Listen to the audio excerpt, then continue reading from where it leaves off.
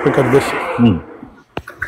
बस उस तो बाद फिर दिल ही नहीं किया किसी टिकटॉक दे उत्ते ज्वाइन कर कोई खास वजह नहीं हमको ऐसा हाँ बिल्कुल ठीक है। बाद दफा ऐसा मुहाड़ बजदा है, बंदे अच्छे एक दूसरे ਨੂੰ कैच ਦਿੰਦੇ ਨੇ, ਉਹ ਇਲਮੀ ਅੰਦਾਜ਼ ਦੇ ਨਾਲ ਹੀ ਗੁਫ਼ਤਗੂ ਚੱਲਦੀ ਰਹਿੰਦੀ ਹੈ, ਉਹਦੀ ਸੰਜੀਦਗੀ ਵੀ ਰਹਿੰਦੀ ਹੈ ਤੇ ਉਹਦੇ 'ਚੋਂ ਇਨਸਾਨ ਲਰਨ ਵੀ ਕਰਦਾ ਤੇ ਉਹ ਤਾਂ ਠੀਕ ਹੀ ਹੈ।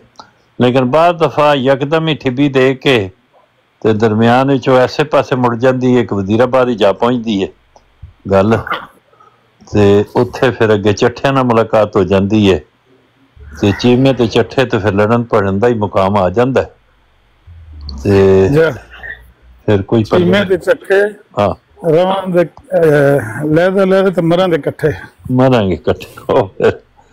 यानी भाई जी जी, जैसे मामा साहब ने बात की है कि हर ब्रांड के ऊपर शोर गोल है जी, तो मेरा एक छोटा सा क्वेश्चन भी है और जैसे मर्जी समझ लें जी कि इनकी भी बड़ी फैन फॉलोइंग है, ठीक है ना जी, ये अपना प्ले रोल कर सकते हैं कि क्या नाम है, जो मज़हब की बातें हैं वो अदब और एहतराम में होने चाहिए, या ये बहुत बड़ा प्ले रोल कर चुके हैं।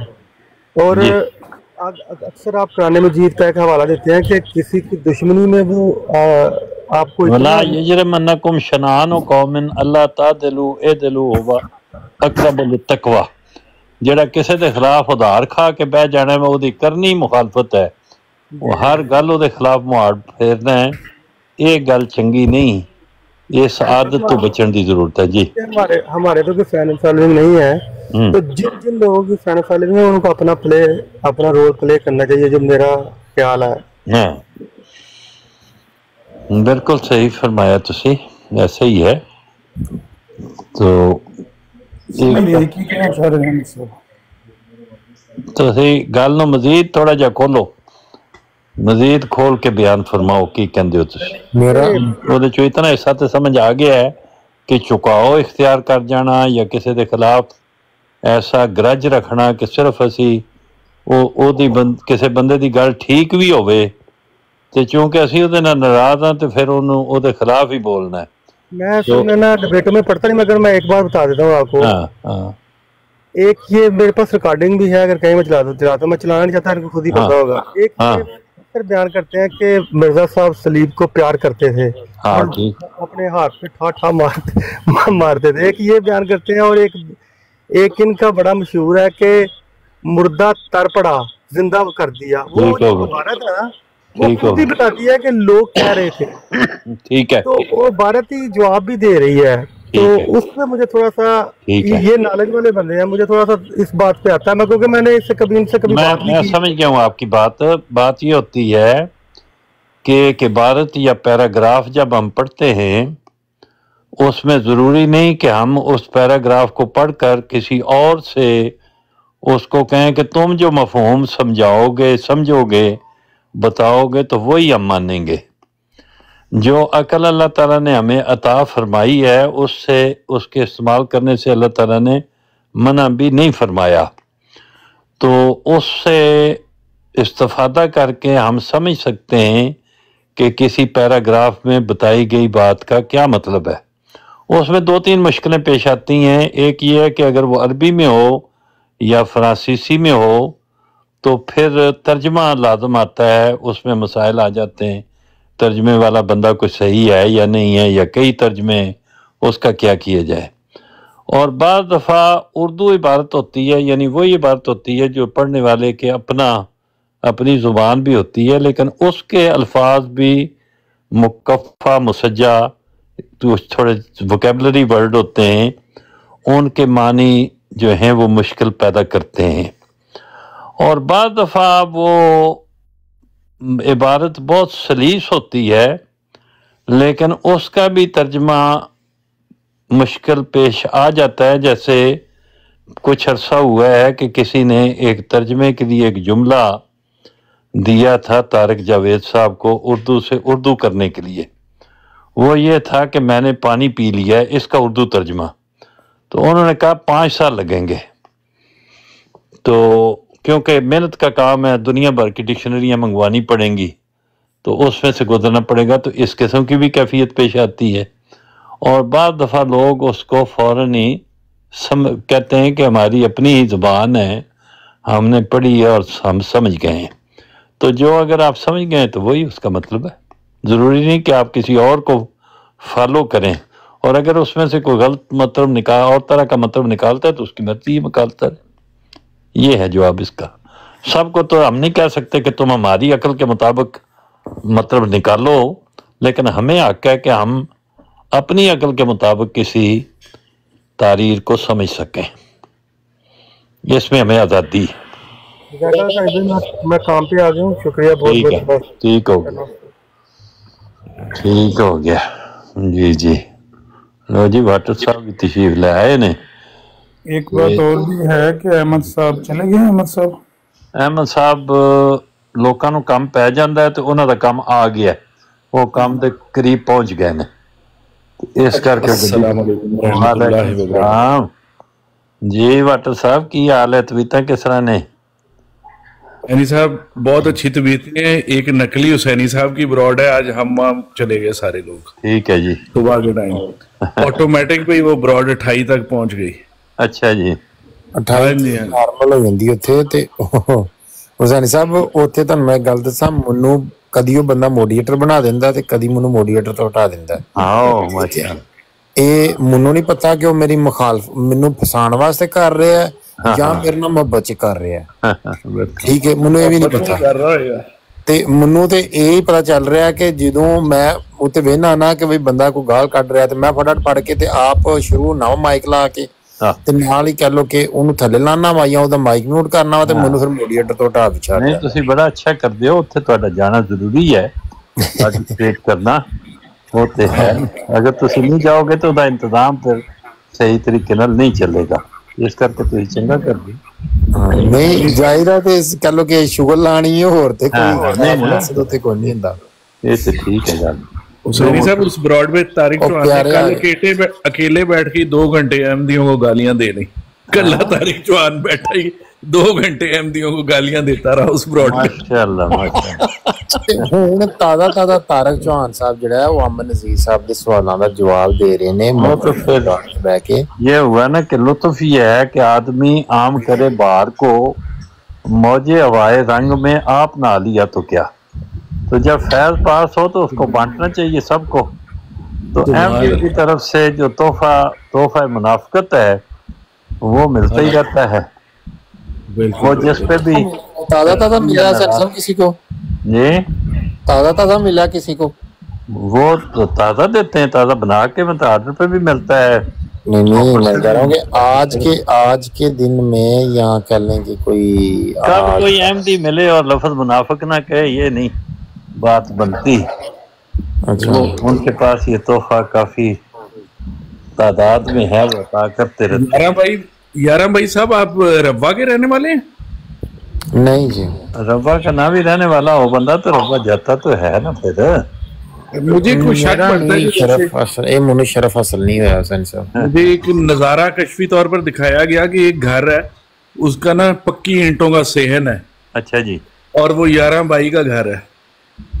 अच्छा, हाय पक्की ईंटां दे सेहन वाला घर जी, वो ते बस यकीन मन फिर तो सच्चियां खाबां तुसी सच्ची खाब आई ते ਇਹ ਬਿਲਕੁਲ 101% ਸੱਚੀ ਖਾਬ ਆਈ ਹੈ। ਜਿਹੜਾ ਨਵਾਂ ਘਰ ਹੈ ਉਹਦੀਆਂ ਅੱਜ ਇੱਟਾਂ ਲੱਗ ਰਹੀਆਂ ਨੇ, ਉਹਦੇ ਤੇ ਫਰਸ਼ ਪੈਣਾ ਤੇ ਅੱਜ ਇੱਟਾਂ ਲੱਗ ਰਹੀਆਂ ਉਹਦੇ ਤੇ। ਮਾਸ਼ਾਅੱਲਾ, ਅੱਲਾਹ ਖੈਰ ਕਰੇ, ਅੱਲਾਹ ਖੈਰ ਹੀ ਕਰੇ। ਇਹ ਪਤਾ ਨਹੀਂ ਕੌਣ ਤੁਹਾਨੂੰ ਕੋਈ ਸੱਚੇ ਖਾਬ ਹੋਣੇ ਸ਼ੁਰੂ ਹੋ ਗਏ ਨੇ, ਅੱਲਾਹ ਖੈਰ ਹੀ ਕਰੇ। ਲਓ ਜੀ, ਖਾਤਮਾ ਸਾਬਦੀ ਸਾਹਿਬ ਵੀ ਤੁਸੀਂ ਬਿਸਮਿल्लाह जी अस्सलाम वालेकुम वालेकुम सलाम। ਜਿਹੜੇ 9 ਭਾਈ ਇੱਥੇ ਬੈਠੇ ਨੇ ਤੇ 33 ਪਿੱਛੇ ਸੁਣ ਰਹੇ ਨੇ ਤੇ 35 ਸਮਝ ਰਹੇ ਨੇ। या सारे ने तो अल्लामा साहब को फसल लेके आए ने पुरानी। इसी बात मैंने करनी है, अगर करने देंगे तो। है जी, क्या करना है? बात करनी है, करो करो गल करो। ये जो अमर नजीर साहब के 10 सवालात है ना जी जी, और उनके जिस तरह के जवाब दिए जा रहे हैं मैंने थोड़े सुने हैं। जी जी, मुझे ये पता है कि अमर नजीर साहब ने वो सारे पढ़े हुए हैं जो जवाब दिए जा रहे हैं। ठीक है। बाकी सब अपनी मर्जी है, अपना और पंजाबी च कहते अपना रांझा राजी की जान। ठीक है जी, बाकी करें बात, हम भी साथ सुन रहे हैं, हिस्सा भी लेंगे। जज़ाकल्लाह। ठीक है। अल फजल खुली हो पढ़ लीजिए। जी सैन साहब, राजा जवेद साहब ਦੀ ਜਿਹੜੀ ਗੁਫ਼ਤਗੂ ਦਾ ਬਣ ਰਿਹਾ ਸੀ ਪ੍ਰੋਗਰਾਮ ਹੋ ਗਿਆ ਸੀ ਤੈਅ? ਰਾਜਾ ਜਵੇਦ ਸਾਹਿਬ ਨੂੰ ਜਿਹੜੇ ਦੋਸਤ ਆਏ ਨਾ, ਸੁਲਤਾਨ ਜਾਂ ਉਹਨਾਂ ਦਾ ਕੀ ਨਾਂ ਆ, ਮੂਸਾ ਗੱਲ ਮੂਸਾ ਸਾਹਿਬ ਨਾਲ ਗੱਲ ਹੋਈ। ਮੂਸਾ ਸਾਹਿਬ ਜਿਹੜੇ ਉਹ ਚਾਹ ਰਹੇ ਕਿ ਉਹਦੇ ਕੁਝ ਹਿੱਸੇ ਦੇ ਉੱਤੇ ਉਹ ਗੁਫ਼ਤਗੂ ਕਰਨ ਰਾਜਾ ਅਤਾਲ ਮਨਾਨ ਸਾਹਿਬ ਦੇ ਨਾਲ। ਤੇ ਰਾਜਾ ਅਤਾਲ ਮਨਾਨ ਸਾਹਿਬ ਵੀ ਸਪੀਕਰ ਨੇ ਔਰ ਅਹਿਮਦੀਅਤ ਦੇ ਮਾਇਆ ਨਾਲ ਸਬੂਤ ਨੇ। ਤੇ ਉਹ ਉਹਨਾਂ ਦੀ ਖਿਦਮਤ ਵਿੱਚ ਅਰਜ਼ ਕੀਤੀ ਕਿ ਇੱਥੇ ਤਸ਼ਰੀਫ ਲਿਆਵਣ। ਉਹ ਕਹਿੰਦੇ ਬਵਜੂ ਉਹ ਇੱਥੇ ਨਹੀਂ ਆ ਸਕਦੇ, ਅਕਤੂਬਰ ਦਾ ਮਹੀਨਾ ਜਿਹੜਾ ਹੈ ਇਹਦੇ ਬਾਅਦ ਫਿਰ ਦਰਜਾ ਸਰਦੀ ਦੀ ਵੀ ਹੁੰਦੀ ਹੈ ਨਾ ਸ਼ਿਕਾਇਤ। ਹਾਂ, ਤੇ ਇੱਥੇ ਉਹ ਸਮਝਦੇ ਨੇ ਕਿ ਸ਼ਾਇਦ ਹੀਟਿੰਗ ਦਾ ਇੰਤਜ਼ਾਮ ਨਹੀਂ, ਇਸ ਵਜ੍ਹਾ ਨਾਲ ਇੱਥੇ ਨਹੀਂ ਆਉਣ। ਹਾਂ, लग सकती है ना, क्योंकि सर्दियां आ रही ने, समुद्री रास्ता है, समुद्र कई बारी फ्रीज भी हो जाते ने। राज जे बैरी जहाज खलो जे बस इस तरह। अल फजल पढ़ लीजिए, मेरा दिल है। जी बिल्कुल। लो जी अलामा साहब दसो कि अल फजल चो तुसी गल दसनी है तो जरूर दसो। असल च मैं दसना चाहना, हुसैनी साहब एक सवाल किया सी परसों, हुसैनी साहब परसों एक सवाल किया सी, जवाब नहीं दिता किसी जवाब। हुसैनी साहब परसों मैं एक सवाल किया सी इन्हां अगे कि ਜਿਹੜੀਆਂ ਸ਼ਰਾਇਤਾਂ ਪੜੀਆਂ ਸਨ ਉਹਦੇ ਵਿੱਚ ਨਬੀ ਹੋਣ ਦਾ ਕੋਈ ਜ਼ਿਕਰ ਨਹੀਂ ਆਇਆ, ਮਾਲ ਜਾਂ ਕੋਈ ਜ਼ਿਕਰ, ਕਿਸੇ ਜਵਾਬ ਨਹੀਂ ਦਿੱਤਾ। ਫਿਰ ਪਤਾ ਕਿ ਉਸ ਤੋਂ ਕੋਈ ਗੱਲ ਨਹੀਂ। ਗੱਲ ਬਿਲਕੁਲ ਠੀਕ ਹੈ। ਉਹ ਸ਼ਰਾਇਤ ਜਿਹੜੀਆਂ ਨੇ ਉਹਨਾਂ ਦੇ ਵਿੱਚ ਨਾ ਉਸ ਵਕਤ ਨਬੀ ਦਾ ਜ਼ਿਕਰ ਆ ਤੇ ਨਾ ਹੁਣ ਜ਼ਿਕਰ ਹੈ। ਤੇ ਜਿਹੜੀ ਬੈਤ ਉਸ ਵਕਤ ਹੁੰਦੀ ਜਾਂ ਹੁਣ ਹੁੰਦੀ ਹੈ ਉਹ ਇਹਨਾਂ ਹੀ ਸ਼ਰਾਇਤ ਤੇ ਹੁੰਦੀ ਹੈ। ਇਹ ਪਰਮਾਨੈਂਟ ਫੀਚਰ ਨੇ। ਤੇ ਜਿਹੜਾ ਹੁਣ ਬੈਤਨਾਮਾ, ਬੈਤ ਦਾ ਜਿਹੜਾ ਖਾਤੀ ਆ ਉਹਦਾ ਬੈਤ, ਇਹਦੇ ਬੈਤ ਹੈ, ਉਹਦੀ ਤਾਰੀਰ ਮੈਂ ਪੜ੍ਹ ਕੇ ਸੁਣਾਈ। ਉਹਦੇ ਵਿੱਚ ਵੀ ਉਹਨਾਂ ਨੇ ਰੈਫਰ ਟੂ ਕੀਤਾ ਹੈ ਇਹਨਾਂ ਬੈਤਾਂ ਨੂੰ ਕਿ ਇਹਦੇ ਮੁਤਾਬਕ ਅਸੀਂ ਕੰਮ ਕਰਾਂਗੇ। ਉਹ ਬੈਤ ਫਾਰਮ ਵਿੱਚ ਵੀ ਕੋਈ ਨਬੀ ਮੰਨਣ ਦਾ ਜ਼ਿਕਰ ਨਹੀਂ ਹੈ। ਠੀਕ ਹੋ ਗਈ।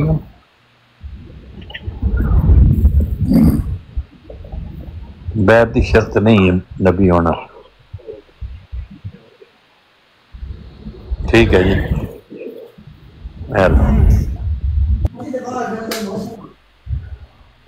असल च ना मैं सफा तां लाया जी जी नहीं है जिस वक्त इसने फिर क्यों फिर इस गल ते अमल क्यों नहीं? अरे फजल आ गया जी, गल कर ली तारक साहब कि तुसी करनी है ਗੱਲ ਕਰਨ ਦਿਓ ਅਲਾਮਾ ਸਾਹਿਬ ਨੂੰ। ਹੁਣ ਥੋੜਾ ਰੋਕ ਰੱਖੋ ਤੇ ਇਹਨਾਂ ਦੀ ਗੱਲ ਹੋਣ ਦਿਓ। ਜੀ ਜੀ। ਮੈਂ ਕਿਹਾ ਤੁਸੀਂ ਕੁਰਾਨ ਦੀ ਆਇਤ ਤੇ ਪੜ੍ਹਦੇ ਸੋ ਨਾ, ਵਲਾ ਯਜਰਮਨਕੁਮ ਸ਼ਨਾਨ ਕੌਮਿਨ ਅਲਾ ਅੱਲਾ ਤਅਦਿਲੂ। ਹਾਂਜੀ, ਇਦਿਲੂ ਹੁਵਾ ਅक़रबु लित्तक़वा। ਜੀ। अल्लाह खबीरुम बिमा तामलून। बेशक। वही किसी कौम की दुश्मनी ਤੁਹਾਨੂੰ ਇਸ ਹੱਦ ਤੱਕ ਨਹੀਂ ਲੱਗਦੀ ਕਿ ਤੁਸੀਂ ਇਨਸਾਫ ਕਰਨਾ ਚਾਹੁੰਦੇ ਹੋ। ਤੇ ਮੈਂ ਕਿਹਾ ਵੀ ਅਸੀਂ ਤੁਹਾਨੂੰ ਸਬੂਤ ਦਿੰਦੇ ਹਾਂ ਵੀ ਅਸੀਂ ਕੋਈ ਇਸ ਤਰ੍ਹਾਂ ਦੀ ਗੱਲ ਨਹੀਂ ਹੈ ਕਿ ਹਰ ਵੇਲੇ ਇਹਨਾਂ ਦੀ ਦੁਸ਼ਮਣੀ ਵਿੱਚ ਹੀ ਸੋਚਣੀ ਹੈ, ਬਲਕਿ ਅੱਛੀਆਂ ਅੱਛੀਆਂ ਗੱਲਾਂ ਤੇ ਅੱਛੀਆਂ ਅੱਛੀਆਂ ਉਮੀਦਾਂ ਵੀ ਯਾਦ ਦਿਵਾਉਂਦੇ ਹਾਂ। ਇਹ ਜਿਹੜੀ ਅਖਬਾਰ ਹੈ ਨਾ ਵੀ 15 जनवरी 1945 ਦੀ। ਠੀਕ। ਇਹਦੇ 'ਚ ਇਹਨਾਂ ਦੇ ਖਲੀਫਾ ਸਾਹਿਬ ਦਾ ਇਹ ਖੁਤਬਾ ਮੈਂ ਪੜ੍ਹ ਰਿਹਾ ਸੀ ਜੀ, ਬਲਕਿ ਲੈਕਚਰ ਹੀ ਉਹਨਾਂ ਦਾ ਕਿਸੇ ਜਿੰਨੇ ਦਾ ਖੁਤਬਾ ਹੈ। ਇਹਦਾ ਖੁਲਾਸਾ ਤੁਹਾਡੀ ਆਵਾਜ਼ ਜ਼ਰਾ ਘੱਟ ਹੈ, ਆਵਾਜ਼ ਥੋੜੀ ਉੱਚੀ ਕਰੋ। ਅੱਛਾ ਜੀ। ਇਹਦੀ ਕੀ ਵਜ੍ਹਾ?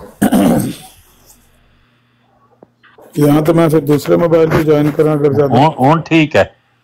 हाँ जी। अच्छा, मैं कह रहा सी कि ਇਹਦਾ ਖੁਲਾਸਾ ਇਹ ਵੇ ਸਾਰਾ ਜਿਹੜਾ ਸਫਾ ਲਾਇਆ ਜੀ ਕਿ ਇਹਨਾਂ ਦੇ ਜਿਹੜੇ ਖਲੀਫਾ ਸਾਹਿਬ ਸਨ ਉਹ ਕਹਿੰਦੇ ਸਨ ਕਿ ਇਰਾਕ ਵਿੱਚ ਵੀ ਤਬਲੀਗ ਕਰਨ ਦੀ ਜ਼ਰੂਰਤ ਹੈ ਜੀ, ਸ਼ਾਮ ਵਿੱਚ ਤੇ ਇਰਾਕ ਵਿੱਚ ਤਬਲੀਗ ਦੀ ਜ਼ਰੂਰਤ ਹੈ, ਉਹਦੇ ਵਾਸਤੇ ਬੰਦੇ ਤਿਆਰ ਕਰਨ ਦੀ ਜ਼ਰੂਰਤ ਹੈ।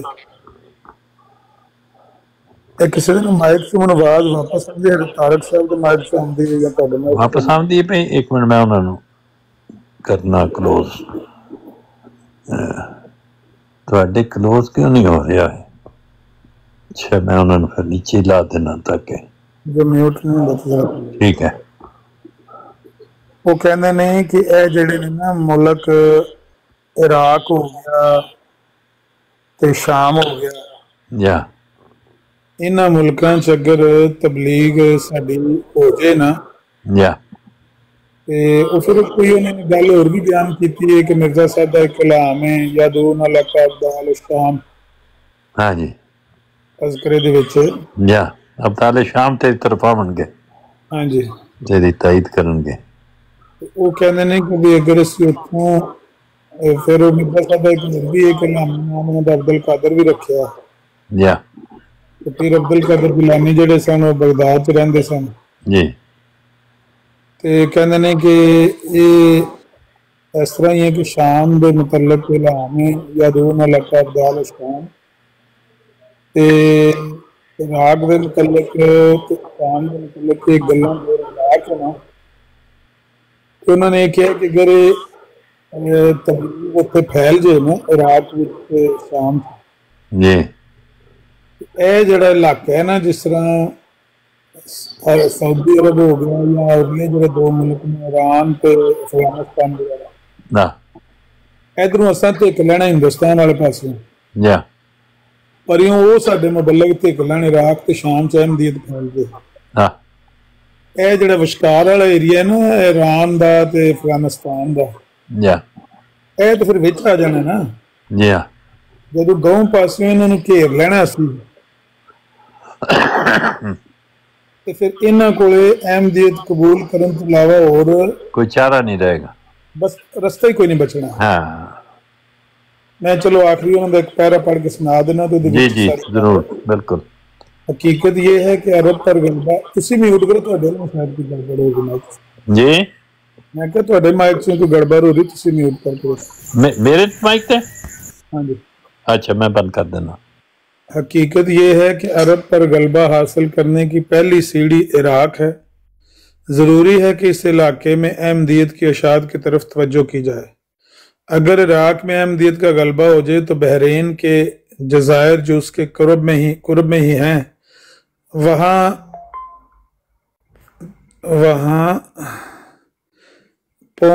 असर पहुँच सकता है और फिर वहाँ से आहिस्ता आहिस्ता सारे अरब में अहमदियत फैल सकती है। फिर अगर इराक में अहमदियत फैल जाए तो अफगानिस्तान और ईरान दोनों घिर जाते हैं। इन दोनों ममालिक पर एक तरफ हिंदुस्तान से और दूसरी तरफ इराक से ऐसा तबलीगी असर डाला जा सकता है कि इन ममालिक के लिए अहमदियत में दाखिल होने के सिवा कोई चारा ही ना रहे। हिटलर के मतलब मशहूर है कि उसकी बड़ी कोशिश यही रही है कि दूसरा फ्रंट कायम ना हो, क्योंकि ऐसी सूरत में घिर जाने का खतरा पैदा हो जाता है। अगर अल्लाह ताला के फजल से इराक में अहमदियत मजबूत हो जाए तो पंजाब से अफगानिस्तान की तरफ और इराक से ईरान की तरफ कदम बढ़ाया जा सकता है।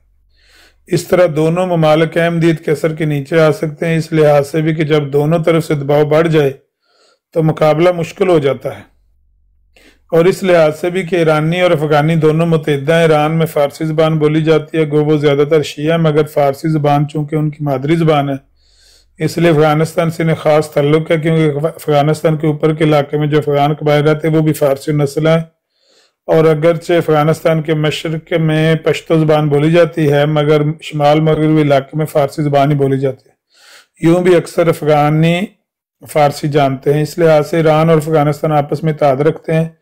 बस इधर पंजाब से अहमदियत का जोर पड़ता जाए, उधर इराक में अहमदियत फैलनी शुरू हो जाए तो अफगानिस्तान और ईरान दोनों का अहमदियत को कबूल करना बहुत ज़्यादा आसान हो जाता है।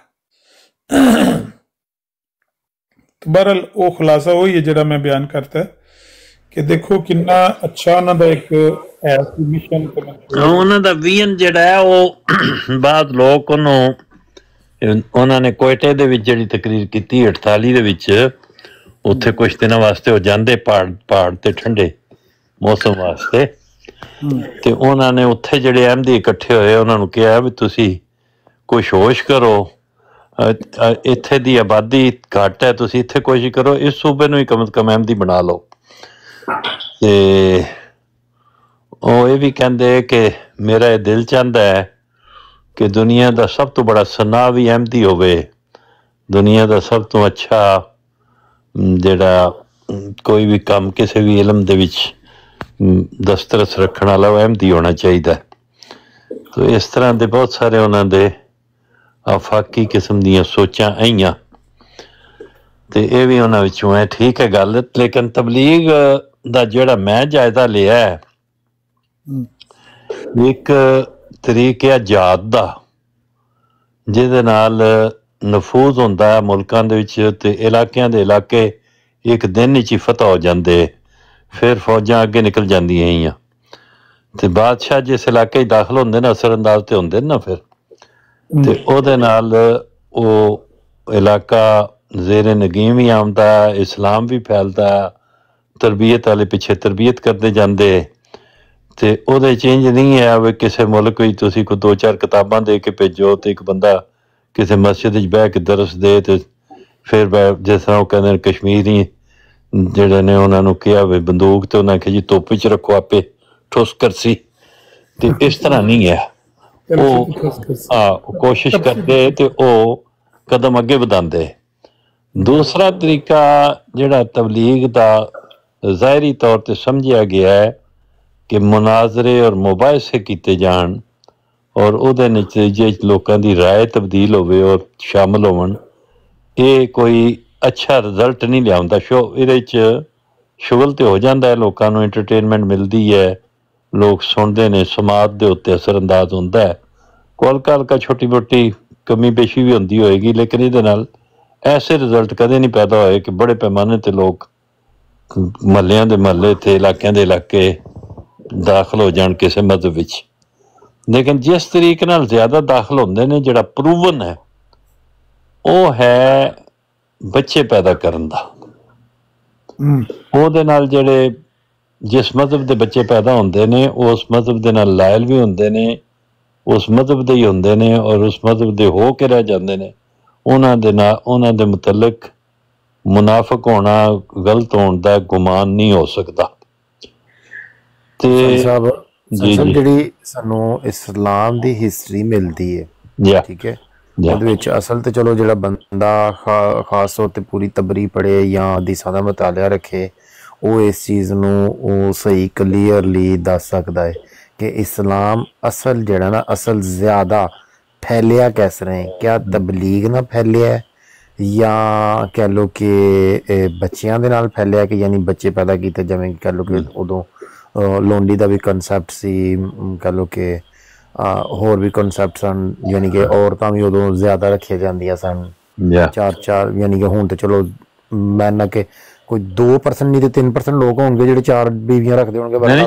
ਚਾਰ ਦੀ ਤੇ ਕੋਈ ਪਾਬੰਦੀ ਨਹੀਂ। ਨਹੀਂ ਮੈਂ ਕਹਿੰਦਾ ਕਿ 4 ਤੱਕ ਰੱਖਦੇ ਤੇ ਹੈ ਨਾ ਲੋਕ। ਨਹੀਂ 4 ਤੱਕ ਦਾ ਜਵਾਬ ਕਿੱਥੋਂ? ਨਬੀ ਕਰੀਮ ਸੱਲੱਲਾਹੁ ਅਲੈਹਿ ਵਸੱਲਮ ਦੀ ਸੁਨਨਤ ਪਾਬੰਦੀ ਦੀ ਨਹੀਂ, ਕਿਸੇ 4 ਪਾਬੰਦੀ ਦੀ ਨਹੀਂ ਮੈਂ ਗੱਲ ਕਰ ਰਿਹਾ, ਪਾਬੰਦੀ ਦੀ ਨਹੀਂ ਗੱਲ। ਪਤਾ ਨਹੀਂ 4 ਵਿੱਚੋਂ ਕਿੱਥੋਂ ਲੈ ਆਏ ਹੋ? ਰਸੂਲullah ਤੇ ਕਿਸੇ 4 ਦਾ ਆਪਨੇ ਕਦੇ ਜ਼ਿਕਰ ਨਹੀਂ ਰੱਖਿਆ, ਮੈਨੂੰ ਪਤਾ ਹੈ। ਮੈਂ ਉਂਝ ਕਹਿਣ ਡਿਆ ਕਿ ਇੱਕ ਕਹਿ ਲਓ ਕਿ 2 ਕਰ ਲਓ, 2 ਜ਼ਬਰਦਸਤੀ ਉਹਨੂੰ ਇਹੋ ਜਿਹੀ ਚੀਜ਼ ਬਣਾਉਣਾ ਠੀਕ ਨਹੀਂ। ਤੁਸੀਂ ਕਸਰ ਤੇ ਅਜ਼ਦਵਾਜ ਕਹੋ, ਤਅੱਦੁਦ ਦੇ ਅਜ਼ਦਵਾਜ ਦਾ ਸੁਨਨਤ ਮੁਬਾਰਕ ਹੈ ਨਬੀ ਕਰੀਮ ਸੱਲੱਲਾਹੁ ਅਲੈਹਿ ਵਸੱਲਮ। ਅਸੀਂ ਇੰਝ ਕਹਿ ਲੈਂਦੇ ਨਾ 2-2 3-3 ਜਾਂ 4-4 ਜਿਹੜੇ ਨਾ, ਅਸੀਂ ਇੰਝ ਮੁਖਤਸਰ ਲਫ਼ਜ਼ ਇਕਨੋਮੀ ਦਾ 2-2 3-3 4-4 ਦਾ ਪਤਾ ਕੀ ਮਤਲਬ ਹੁੰਦਾ ਹੈ? ਹਾਂ 1-2 3-4 ਦਾ ਹੋਰ ਮਤਲਬ ਹੁੰਦਾ ਹੈ। ਹਾਂਜੀ, ਤੇ 2-2 3-3 4-4 ਦਾ ਹੋਰ ਮਤਲਬ ਹੁੰਦਾ, ਪਤਾ ਨਾ ਤੁਹਾਨੂੰ ਇਹਦਾ? 2-2 3-3 ਜਾਂ 4-4 ਨਹੀਂ ਕਰ ਲੈਂਦੇ ਆ। ਅਗਰ ਤੁਸੀਂ ਕਹੋ ਨਾ 1 2 3 ਤੇ 4, ਹਾਂਜੀ, ਇਹਦਾ ਮਤਲਬ ਇਹੋ ਹੀ ਹੁੰਦਾ ਹੈ 1 2 3 ਤੇ 4 ਜੀ, ਇਹਦਾ ਇਹੋ ਹੀ ਗਿਣਤੀ ਹੈ। ਬਿਲਕੁਲ। ਜਦੋਂ ਤੁਸੀਂ ਇਹ ਗੱਲ ਕਹੋ 2-2 3-3 4-4, ਉਹਦਾ ਮਤਲਬ ਨਹੀਂ ਹੁੰਦਾ 2 3 4, ਉਹਦਾ ਮਤਲਬ ਹੁੰਦਾ ਜ਼ਿਆਦਾ ਤੋਂ ਜ਼ਿਆਦਾ। ਜਿਸ ਤਰ੍ਹਾਂ ਤੁਸੀਂ ਕਿਤੇ ਡੇਰੇ ਤੇ ਬੈਠੇ ਬੱਚੇ ਨੂੰ ਕਹਿੰਦੇ ਹੋ ਯਾਰ 4-5 ਗੰਨੇ ਤੇ ਭੰਨ ਲਿਆ, ਹਾਂ, ਤੇ ਉਹ ਬਿਲਕੁਲ 4 ਹੀ ਗੰਨੇ ਭੰਨ ਕੇ ਲਿਆਉਂਦਾ। ਉਹ ਆਦਾ ਉਹ ਬੇਵਕੂਫਾ, ਤੈਨੂੰ ਕਿਹਾ ਯਾਰ ਇੱਥੇ ਬੰਦੇ 10 ਬੈਠੇ ਨੇ, ਸਾਰੇ ਗੰਨੇ ਚੁੱਪਣਗੇ, ਤੈਨੂੰ ਕਿਹਾ 4-5, ਤੇ ਤੈਨੂੰ ਇਤਨੀ ਨਹੀਂ ਸਮਝ ਆਈ? ਪਤਾ ਹੈ ਨਾ ਤੁਹਾਨੂੰ 2-4 ਦਾ ਕੀ ਮਤਲਬ ਹੁੰਦਾ? ਹਾਂਜੀ, ਉਹਦਾ ਮਤਲਬ ਹੁੰਦਾ ਜ਼ਿਆਦਾ। हुसैनी साहब, आपकी एक्सप्लेनेशन से बड़ी उम्मीद पैदा हो गई है। इंशाअल्लाह ਇਹ ਗੱਲ ਤੇ ਬਿਲਕੁਲ ਠੀਕ ਹੈ ਤੁਹਾਡੀ। ਮੈਂ ਤੁਹਾਨੂੰ ਪਤਾ ਤੁਹਾਡੇ ਨਾਲ ਪਹਿਲਾਂ ਵੀ ਇਸ ਮੌਜੂ ਦੇ ਉੱਤੇ ਗੱਲ ਹੋਈ ਹੈ ਤੇ ਇਸ ਮੌਜੂ ਦੇ ਉੱਤੇ ਮੈਂ ਅਹਿਮਦੀਆਂ ਕੋ ਗਾਲਾਂ ਵੀ ਖਾ ਬੈਠਾ। ਠੀਕ ਹੈ, ਮੈਂ ਇਹੀ ਗੱਲ ਮੈਂ ਜੁਮਲਾ ਮੁਹਤਰਮ ਇੱਧਰ ਤੁਸੀਂ ਜਿਹੜੀ ਗੱਲ ਬਿਆਨ ਕਰਦੇ ਹੋ ਇਹ ਹੀ ਬਈ ਕਿਸ ਤਰ੍ਹਾਂ ਇਸਲਾਮ ਫੈਲਿਆ ਕਿਸ ਤਰ੍ਹਾਂ ਹੋਈ ਹੈ। ਪਹਿਲੇ 50 ਸਾਲ ਤੁਸੀਂ ਵੇਖ ਲਓ ਜਾਂ ਪਹਿਲੇ ਹਜ਼ਰਤ ਇਮਾਮ ਹਸਨ ਦੀ ਸ਼ਹਾਦਤ ਤੱਕ ਨਾ, ਹਜ਼ਰਤ ਅਲੀ ਦੀ ਸ਼ਹਾਦਤ ਤੱਕ ਵੇਖ ਲਓ ਕਿ ਉਸ ਤੋਂ ਤੱਕ ਜਿਹੜਾ ਨਾ ਇਸਲਾਮ ਕਿਸ ਤਰ੍ਹਾਂ ਜ਼ਿਆਦਾ ਫੈਲਿਆ। ਤਬਲੀਗ ਨਾ ਫੈਲਿਆ ਜ਼ਿਆਦਾ ਜਾਂ ਬੱਚਿਆਂ ਨਾਲ ਜ਼ਿਆਦਾ ਫੈਲਿਆ, ਜ਼ਿਆਦਾ ਬੱਚੇ ਪੈਦਾ ਕਰਨ ਨਾਲ, ਜਾਂ ਕੋਈ ਹੋਰ ਵਜ੍ਹਾ ਸੀ ਜਿਹਦੇ ਨਾਲ ਫੈਲਿਆ। ਬੱਚੇ ਜ਼ਿਆਦਾ ਪੈਦਾ ਕਰਨ ਵਾਲਾ ਤੇ ਕੰਮ ਹੈ ਹੀ ਹੈ ਨਾ, ਉਹਦੇ ਤੇ ਕੋਈ ਉਹਦੇ ਤੇ ਅਸਰ ਤੇ ਨਹੀਂ ਹੈ ਨਾ। ਜਿਹੜਾ ਦੂਸਰਾ ਕੰਮ ਹੈ ਆਜ਼ਾਦ ਵਾਲਾ, ਦੂਸਰੇ ਇਲਾਕਿਆਂ 'ਚ ਨਫੂਜ਼ ਕਰਨਾ। ਨਬੀ ਕਰੀਮ ਸੱਲੱਲਾਹੁ ਅਲੈਹਿ ਵਸੱਲਮ ਦੀ ਸਾਰੀ ਹਯਾਤ ਮੁਬਾਰਕਾ ਦੇ ਵਿੱਚ ਗਜ਼ਵੇ ਹੁੰਦੇ ਰਹੇ ਔਰ ਸਰਾਇਆ ਹੁੰਦੇ ਰਹੇ ਤੇ ਉਹਦੇ ਨਾਲ ਜਿਹੜੀਆਂ ਆਬਾਦੀਆਂ ਇਰਦ ਗਿਰਦ ਬੜੀ ਦੂਰ ਤੱਕ ਇਸਲਾਮ ਦਾ ਨਫੂਜ਼ ਹੋਇਆ। ਉਹਦੇ ਬਾਅਦ ਹਜ਼ਰਤ ਅਬੂ ਬਕਰ ਸਦੀਕ ਦੇ ਜ਼ਮਾਨੇ 'ਚ ਵੀ ਇੰਜੀ ਰਿਹਾ, ਉਮਰ ਦੇ ਜ਼ਮਾਨੇ ਇਸ ਤਰ੍ਹਾਂ ਚੱਲਦਾ ਰਿਹਾ। ਉਸਮਾਨ ਤੱਕ ਜਿਹੜਾ ਫੈਲਾਓ ਹੈ ਹੁੰਦਾ ਚਲਾ ਗਿਆ ਔਰ ਉਹ ਲੋਕ ਮੁਸਲਮਾਨ ਹੁੰਦੇ ਰਹੇ ਨੇ, ਲੱਖਾਂ ਦੀ ਤਾਦਾਦ ਵਿੱਚ ਆਏ ਨੇ। ਇਹ ਇੱਕ ਖਾਸ ਮੁਨਫਰਿਦ ਮੁਕਾਮ ਇਸਲਾਮ ਨੂੰ ਹਾਸਲ ਹੈ। ਉਹ ਇਸ ਤਰ੍ਹਾਂ ਵੀ ਤਰੱਕੀ ਕਰ ਰਿਹਾ ਤੇ ਉਂਝ ਵੀ ਦੋਏ ਤਰੱਕੀਆਂ ਹੀ। ਲੇਕਿਨ ਅਗਰ ਹਜ਼ਰਤ ਖਲੀਫਾ ਸਾਨੀ ਤੁਹਾਡੀ ਇਹ ਵਾਲੀ ਐਕਸਪਲੇਨੇਸ਼ਨ ਸੁਣ ਲੈਂਦੇ ਤੇ ਉਹਨਾਂ ਨੂੰ ਕਿਤਨੀ ਆਸਾਨੀ ਹੁੰਦੀ, ਉਹ ਵਿਚਾਰੇ ਤਿੰਨੋਂ ਹੀ ਚਾਰ ਕਰਦੇ ਰਹੇ ਬਸ, ਵਰਨਾ ਤੇ ਉਹ ਕਸਰਤ ਤੇ ਅਜ਼ਦਵਾਜ ਕਰ ਲੈਂਦੇ। ਜੀ अस्सलाम वालेकुम। ਉਹਨਾਂ ਕੋਲ ਜ਼ਰਾਏ ਵੀ ਮੌਜੂਦ ਸੀ। ਸਰ ਤੁਸੀਂ ਹਜ਼ਰਤ ਅਬੂ ਬਕਰ ਦਾ ਜ਼ਿਕਰ ਕੀਤਾ, ਹਜ਼ਰਤ ਉਮਰ ਦਾ ਕੀਤਾ, ਹਜ਼ਰਤ ਉਸਮਾਨ ਦਾ ਕੀਤਾ, ਹਜ਼ਰਤ ਅਲੀ ਦਾ ਨਹੀਂ ਕੀਤਾ। ਹਜ਼ਰਤ ਅਲੀ ਦੇ ਦੌਰ ਦੇ ਵਿੱਚ ਕਿਆ ਤਰੱਕੀ ਨਹੀਂ ਸੀ ਹੋਈ? ਹਜ਼ਰਤ ਅਲੀ ਦੇ ਜ਼ਮਾਨੇ ਮੇਰਾ ਨਹੀਂ ਖਿਆਲ ਕਿ ਕੋਈ ਇਲਾਕਾਈ ਫਤੂਹਾਤ ਹੋਈ। ਨਹੀਂ, ਇਸਲਾਮ ਨਹੀਂ ਸੀ ਫੈਲਿਆ। ਇਹੋ ਤੇ ਪੁੱਛ ਰਹੇ ਕਿ ਇਲਾਕਾਈ ਫਤੂਹਾਤ ਨਹੀਂ ਹੋਈਆਂ। ਬਲਕਿ ਹਜ਼ਰਤ ਅਲੀ ਦੇ ਜ਼ਮਾਨੇ 'ਚ ਜਿਹੜਾ ਅਮਨ ਸੀ ਉਹ ਖੌਫ 'ਚ ਬਦਲ ਗਿਆ ਸੀ। ਯਾਨੀ ਉਸ ਤੋਂ ਪਹਿਲਾਂ ਅਮਨ ਸੀ, ਇਹ ਤੁਸੀਂ ਕਹਿ ਰਹੇ ਹੋ? ਨਹੀਂ, ਹੁਣ ਅਮਨ ਤੇ ਖੌਫ ਵਾਲੇ ਪਾਸੇ ਨਾ ਜਾਓ। ਗੱਲ ਸਿਰਫ ਇਸ ਤਰ੍ਹਾਂ ਕਰ ਰਹੇ ਹਾਂ ਕਿ ਫੌਜਾਂ ਨਿਕਲੀਆਂ, ਇਲਾਕਿਆਂ ਨੂੰ ਫਤਹ ਕੀਤਾ, ਇਸਲਾਮ ਦਾ ਨਫੂਜ਼ ਹੋਇਆ, ਮੁਸਲਮਾਨ ਦੂਸਰੇ ਇਲਾਕਿਆਂ 'ਚ ਫੈਲੇ। ਇਹ ਗੱਲ ਇਹਨਾਂ ਤਰੇ ਖਿਲਾਫਤਾਂ ਦੇ ਵਿੱਚ ਬਰਾਬਰ ਉਹਦੇ ਤੇ ਤਰੱਕੀ ਹੁੰਦੀ। ਲੇਕਿਨ ਇਹ ਹਜ਼ਰਤ ਮਸੀਹ ਮੌਦ अलैहिस्सलाम ਨੇ ਲਿਖੀ ਕਿ ਹਜ਼ਰਤ ਅਲੀ ਦੇ ਜ਼ਮਾਨੇ 'ਚ ਤੇ ਬਲਕਿ ਅਮਨ ਦੀ ਹਾਲਤ ਖੌਫ 'ਚ ਬਦਲ ਗਈ ਸੀ। ਉਹਨਾਂ ਨੂੰ ਮਿਨਹਾਜ ਨਬੂਵਤ ਸੇ ਉਹ ਇੱਕ ਦੂਸਰੀ ਬਹਿਸ ਹੈ। ਅਸੀਂ ਸਿਰਫ ਇਤਨੀ ਗੱਲ ਕਰ ਰਹੇ ਹਾਂ ਕਿ ਇਸਲਾਮ ਦੇ ਫੈਲਣ ਦਾ ਇਹ ਤਰੀਕ ਨਹੀਂ ਹੈ ਕਿ ਲਿਟਰੇਚਰ ਛਾਪ ਕੇ ਤੇ ਪੋਸਟ ਕਰ ਦਿੱਤਾ ਜਾਏ ਕਿ ਲਓ ਜਨਾਬ ਤੁਹਾਡੇ ਵੱਲ ਅਸੀਂ ਅਖਬਾਰ ਭੇਜ ਦਿੱਤੀ, ਰਸਾਲਾ ਭੇਜ ਦਿੱਤਾ, ਤੁਸੀਂ ਪੜ੍ਹ ਕੇ ਮੁਸਲਮਾਨ ਹੋ ਜਾਇਓ। ਇੰਝ ਨਹੀਂ, ਬੜੇ ਮੁਖਤਸਰ ਦਲਾਇਲ ਹੈ ਤੇ ਲੋਕ ਮੁਸਲਮਾਨ ਹੁੰਦੇ। ਮੁਸਲਮਾਨਾਂ ਦੇ ਰਵੱਈਏ ਨੂੰ ਦੇਖ ਕੇ, ਤਰੀਕੇ ਨੂੰ ਦੇਖ ਕੇ ਤੇ ਬਾਅਦ ਦਫਾ ਡਰ ਕੇ ਵੀ ਹੁੰਦੇ ਹੋਣੇ ਨੇ, ਕਿਉਂਕਿ ਦਬਦਬਾ ਉਹ ਫੌਜਾਂ 'ਚ ਦਾਖਲ ਹੁੰਦੀਆਂ ਆਉਂਦਾ। ਲੇਕਿਨ ਬਾਹਰੋਂ ਮੁਸਲਮਾਨਾਂ ਦੇ ਤਰੀਕ ਨੂੰ ਕਿੰਨੇ ਰਾਏ ਹੋਈ ਨਹੀਂ ਫਤਹ ਕਰ ਰਹੇ ਨੇ, ਬਲਕਿ ਉਹਨਾਂ ਦੇ ਅੰਦਰ ਅਖਲਾਕ ਫਾਜ਼ਲਾ ਵੀ ਹੈ ਤੇ ਉਹ ਫਿਰ ਉਹਦੇ ਤੇ ਕਾਇਮ ਰਹੇ। ਇਸ ਵਜ੍ਹਾ ਨਾਲ ਹੀ ਜਿਨ੍ਹਾਂ ਇਲਾਕਿਆਂ ਨੂੰ ਫਤਹ ਕੀਤਾ ਉਹ ਫਿਰ ਮੁਸ਼ਕਿਲ ਤੌਰ ਤੇ ਮੁਸਲਮਾਨ ਹੋ ਗਏ ਨਾ। ईरान भी होना चाहिए, सिंध भी बहुत सारे ਕਬੀਲਾ ਜਿਹੜਾ ਸੀ, ਠੀਕ ਹੈ, ਉੱਥੇ ਤੇ ਕੋਈ ਮਰਦ ਬਚਿਆ ਹੀ ਕੋਈ ਨਹੀਂ ਸੀ ਨਾ, ਠੀਕ ਹੈ। ਇਹ ਅਸੀਂ ਕਰ ਰਹੇ ਹਾਂ ਇਲਾਕਿਆਂ ਦੀ ਫਤੂਹਾਤ ਦੀ ਗੱਲ। ਕਬੀਲੇ ਵੀ ਤੇ ਇਲਾਕਿਆਂ 'ਚ ਆਉਂਦੇ ਨੇ ਕਿ ਨਹੀਂ? ਨਹੀਂ, ਉਹ ਕਬੀਲਾ ਤੇ ਮਦੀਨੇ ਦੇ ਅੰਦਰ ਹੀ ਰਹਿੰਦਾ ਆ ਤੇ ਉਹਨਾਂ ਨੇ ਬਾਦਾਇਦੀ ਕੀਤੀ ਤੇ ਉਹਦੀ ਸਜ਼ਾ ਦੇ ਤੌਰ ਤੇ ਉਹਦੇ ਮਰਦ ਕਤਲ ਕਰ ਦਿੱਤੇ ਗਏ। ਉਹਦਾ ਨਹੀਂ ਮੈਂ ਗੱਲ ਕਰਨ ਡਿਆ ਕਿ ਉੱਥੇ ਹੁਣ ਜਿਵੇਂ ਮਿਸਾਲ ਦੇ ਤੌਰ ਤੇ ਸਿਰਫ ਬੱਚੇ ਕੌਣ, ਔਰਤਾਂ ਤੇ ਬੱਚੇ, ਮਰਦ ਸਾਰੇ ਕਤਲ ਕਰ ਦਿੱਤੇ ਗਏ, ਠੀਕ ਹੈ। ਹੁਣ ਔਰਤਾਂ ਤੇ ਬੱਚੇ ਜਿਹੜੇ ਹੋਣਗੇ ਉਹ ਆਟੋਮੈਟਿਕ ਹੀ ਮੁਸਲਮਾਨਾਂ ਵੱਲ ਹੋ ਜਾਣਗੇ ਜਾਂ ਉਹ ਕਹਿ ਲਓ ਕਿ ਆਪਣੀ ਸਾਰੀ ਜ਼ਿੰਦਗੀ ਆਜ਼ਾਦ ਰਹਿਣਗੇ ਕਿ ਉਹ ਜਿਹੜਾ ਮਰਜ਼ੀ ਮਜ਼ਹਬ ਚੂਜ਼ ਕਰ ਸਕਦੇ ਨੇ? ਕੌਣ ਕੀ ਕਰ ਸਕਦੇ ਨੇ ਸਮਝ ਨਹੀਂ ਆਏਗਾ। ਜਿਹੜੇ ਬੱਚੇ ਮਿਸਾਲ ਦੇ ਤੌਰ ਤੇ ਕੋਈ ਕਬੀਲਾ ਅਗਰ ਫਤਹ ਕੀਤਾ ਹੈ ਮੁਸਲਮਾਨਾਂ ਨੇ ਉਸ ਦੌਰ 'ਚ ਤੇ ਉਹ ਕਬੀਲਾ ਫਤਹ ਇਸੇ ਤਰੀਕੇ ਨਾਲ ਹੋਇਆ ਜਿਵੇਂ ਬਨੂ ਕੁਰੈਜ਼ਾ ਵਾਲਾ ਕਬੀਲਾ ਫਤਹ ਹੋਇਆ ਸੀ ਕਿ ਸਾਰੇ ਮਰਦ ਕਤਲ ਕਰ ਦਿੱਤੇ ਗਏ ਸਨ, ਔਰਤਾਂ ਨੂੰ ਲੋਂਡੀਆਂ ਬਣਾ ਲਿਆ ਗਿਆ ਸੀ ਤੇ ਬੱਚਿਆਂ ਨੂੰ ਗੁਲਾਮ ਬਣਾ ਲਿਆ ਗਿਆ ਸੀ। ਉਹ ਫਿਰ ਵੰਡ ਦਿੱਤੇ ਗਏ ਉਹਦੇ ਵਿੱਚ। ਹਾਂ, ਵੰਡ ਦਿੱਤੇ ਗਏ। ਮੈਂ ਕਹਿੰਦਾ ਕਿ ਉਹਨਾਂ ਨੂੰ ਇਹ ਹੱਕ ਹੁੰਦਾ ਉਹ ਜਿਹੜੇ ਆਪਣਾ ਮਜ਼ਹਬ ਚਲੇ ਗਏ ਉਹਦਾ ਹਿੱਸਾ ਬਣ ਗਏ। ਨਹੀਂ, ਉਹਨਾਂ ਨੂੰ ਮਜ਼ਹਬ ਚੂਜ਼ ਕਰਨ ਦਾ ਹੱਕ ਹੁੰਦਾ। ਉਹਨਾਂ ਨੂੰ ਜਿੱਥੇ ਜਿੱਥੇ ਜਿਹੜੇ ਹੁੰਦੇ ਨਾ ਗੁਲਾਮ ਤੇ ਲੌਂਡੀਆਂ ਜੀ ਉਹ ਤੇ ਮਲਕੀਅਤ ਹੁੰਦੇ ਨਾ ਮਾਲਕ ਦੀ। ਠੀਕ ਹੈ। ਮਾਲਕ ਅਗਰ ਨੇਕ ਸਲੂਕ ਕਰੇਗਾ, ਅੱਛਾ ਪਿਆਰ ਨਾਲ ਰੱਖੇਗਾ ਤੇ ਬੰਦਾ ਉਹਦੀ ਤਰਫ ਰਾਗਬ ਹੋ ਜਾਂਦਾ। ਵਰਨਾ ਅੱਛੀ ਕੀਮਤ ਮਿਲੇ ਤੇ ਅੱਗੇ ਹੋਰ ਵੇਚ ਦਿੰਦਾ ਹੈ। ਅੱਛੀ ਕੀਮਤ ਮਿਲੇ ਤੇ ਅੱਗੇ ਵੇਚ ਦਿੰਦਾ ਹੈ। ਅੱਛੀ ਕੀਮਤ ਮਿਲੇ ਪਰ ਇਹ ਵੀ ਇਸਲਾਮ ਫੈਲਾਉਣ ਦੇ ਵਿੱਚ ਹੀ ਆਉਂਦਾ ਨਾ। ਇਹ ਵੀ ਕਹ ਲੋ ਕਿ ਮੁਸਬਤ ਚੀਜ਼ ਹੀ ਹੋਈ ਨਾ। ਇਹ ਤੇ ਰਿਵਾਜ ਇਹ ਆ ਨਾ, ਇਹ ਗੱਲ ਕਿ ਲੌਂਡੀਆਂ ਦਾ ਵੇਚਣਾ, ਖਰੀਦਣਾ, ਤੋਹਫੇ ਦੇ ਤੌਰ ਤੇ ਦੇਣਾ, ਉਹ ਤੇ ਹੋਰ ਚੀਜ਼ ਹੋ ਜਾਂਦੀ ਹੈ। ਉਹ ਚੀਜ਼ ਇੱਕ ਹੋਰ ਪਾਸੇ ਆ ਜਾਂਦੀ, ਕਿਉਂਕਿ ਅਸੀਂ ਕਰ ਰਹੇ ਹਾਂ ਕਿ ਤਬਲੀਗ ਫਲਾਓ ਕਿਸ ਤਰ੍ਹਾਂ। ਇਹ ਜਿਹੜੀ ਸੂਰਤ ਹੈ ਨਾ, ਅਸੀਂ ਇਹ ਜਿਹੜੀ ਸੂਰਤ ਹੈ, ਮੈਂ ਕਹਿੰਦਾ ਬੱਚਿਆਂ ਤੇ ਔਰਤਾਂ ਵਾਲਾ ਜਿਹੜਾ ਕਿ ਕਹ ਲੋ ਕਿ ਆਪਣੇ ਕਬਜ਼ੇ 'ਚ ਲੈਣ ਵਾਲਾ, ਇਹਦੇ ਨਾਲ ਵੀ ਇਸਲਾਮ ਫੈਲਿਆ ਜਾਂ ਇਹਦਾ ਇਸਲਾਮ ਦੇ ਫੈਲਾਓ ਦੇ ਨਾਲ ਕੋਈ ਲੈਣਾ ਦੇਣਾ ਨਹੀਂ। ਆਮਿਰ ਨਜ਼ੀਰ ਸਾਹਿਬ ਕਿਹੜਾ ਅਖਬਾਰ ਲੈ ਕੇ ਬੈਠੇ ਨੇ? ਉਹੀ ਉਸੇ ਗੱਲ ਦੇ ਉੱਤੇ ਗੱਲ ਕਰ ਰਹੇ ਹਾਂ। ਇੱਕ ਹਵਾਲਾ ਪੜਿਆ ਹੈ, ਅੱਛਾ, ਇਰਾਕ ਨੂੰ ਔਰ ਸ਼ਾਮ ਨੂੰ ਅਗਰ ਤਬਲੀਗ ਕਰਕੇ ਅਹਿਮਦੀ ਬਣਾ ਲਿਆ ਜਾਏ ਤੇ ਈਰਾਨ ਤੇ ਅਫਗਾਨਿਸਤਾਨ ਉਹ ਉਦੋਂ ਅਹਿਮਦੀ ਹੋ ਕੇ ਜ਼ੋਰ ਮਾਰਨਗੇ ਤੇ ਜਦੋਂ ਅਸੀਂ ਹਿੰਦੁਸਤਾਨ ਵਾਲੇ ਜ਼ੋਰ ਮਾਰਾਂਗੇ, ਪੰਜਾਬ ਵਾਲੇ ਤੇ ਵਿੱਚ ਦੇ ਜਿਹੜੇ ਇਲਾਕੇ ਫਾਰਸੀ ਨੇ ਈਰਾਨ। ਸੋਰੀ ਸਨੀ ਸਾਹਿਬ ਅਮਨ ਨਜ਼ੀਰ ਸਾਹਿਬ ਜੀ ਅਮਨ ਨਜ਼ੀਰ ਸਾਹਿਬ ਥੱਲੇ ਮੈਸੇਜ ਆਏ ਨੇ ਤੁਹਾਡੇ ਵਾਸਤੇ, ਤੁਹਾਡੇ ਸ਼ਾਗਿਰਦ ਦੇ। ਉਹਨੇ ਆਖਿਆ ਕਿ ਮੈਨੂੰ ਫੌਰੀ ਤੌਰ ਤੇ ਡਾਕਟਰ ਜ਼ਿਕਰੀਆ ਦੀ ਰਿਕਾਰਡਿੰਗ ਘੱਲੋ, ਮੈਂ ਉਹਨੂੰ ਕਾਬੂ ਕੀਤਾ ਹੈ। ਠੀਕ ਹੈ, ਤੇ ਮੈਂ ਉਹਨੂੰ ਸੁਣਾਣੀ ਫਟਾਫਟ ਜਿਹੜਾ ਨਾ ਉਹਨੂੰ ਕਰ ਦਿਓ। ਉਹਨੇ ਕੋਈ ਬੰਦਾ ਕਾਬੂ ਕੀਤਾ ਜੀ। ਕਿਹਨੇ ਕਾਬੂ ਕੀਤਾ ਬੰਦਾ? ਕੀ ਕਹਿ ਰਿਹਾ? ਅਮਰ ਸਾਹਿਬ ਵੇਖ ਲੈਂਦੇ ਨੇ, ਥੱਲੇ ਮੈਸੇਜ ਪੜ੍ਹ ਲੈਂਦੇ ਨੇ। ਉਹ ਥੱਲੇ ਇੱਕ ਬੰਦਾ ਹੈ, ਕੋਈ ਬੰਦੇ ਕਿਸੇ ਨੂੰ ਕਾਬੂ ਕਰਕੇ ਬੈਠਾ, ਅੱਛਾ, ਤੇ ਉਹਨੂੰ ਰਿਕਾਰਡਿੰਗ ਚਾਹੀਦੀ ਤੇ ਉਹ ਥੱਲੇ ਮੈਸੇਜ ਕਰੇ। ਥੱਲੇ ਲਿਖਿਆ ਤਾਹਿਰ ਅਮਜਦ ਲਾਹੌਰੀ। ਇੱਥੇ ਕੌਣ ਹੈ?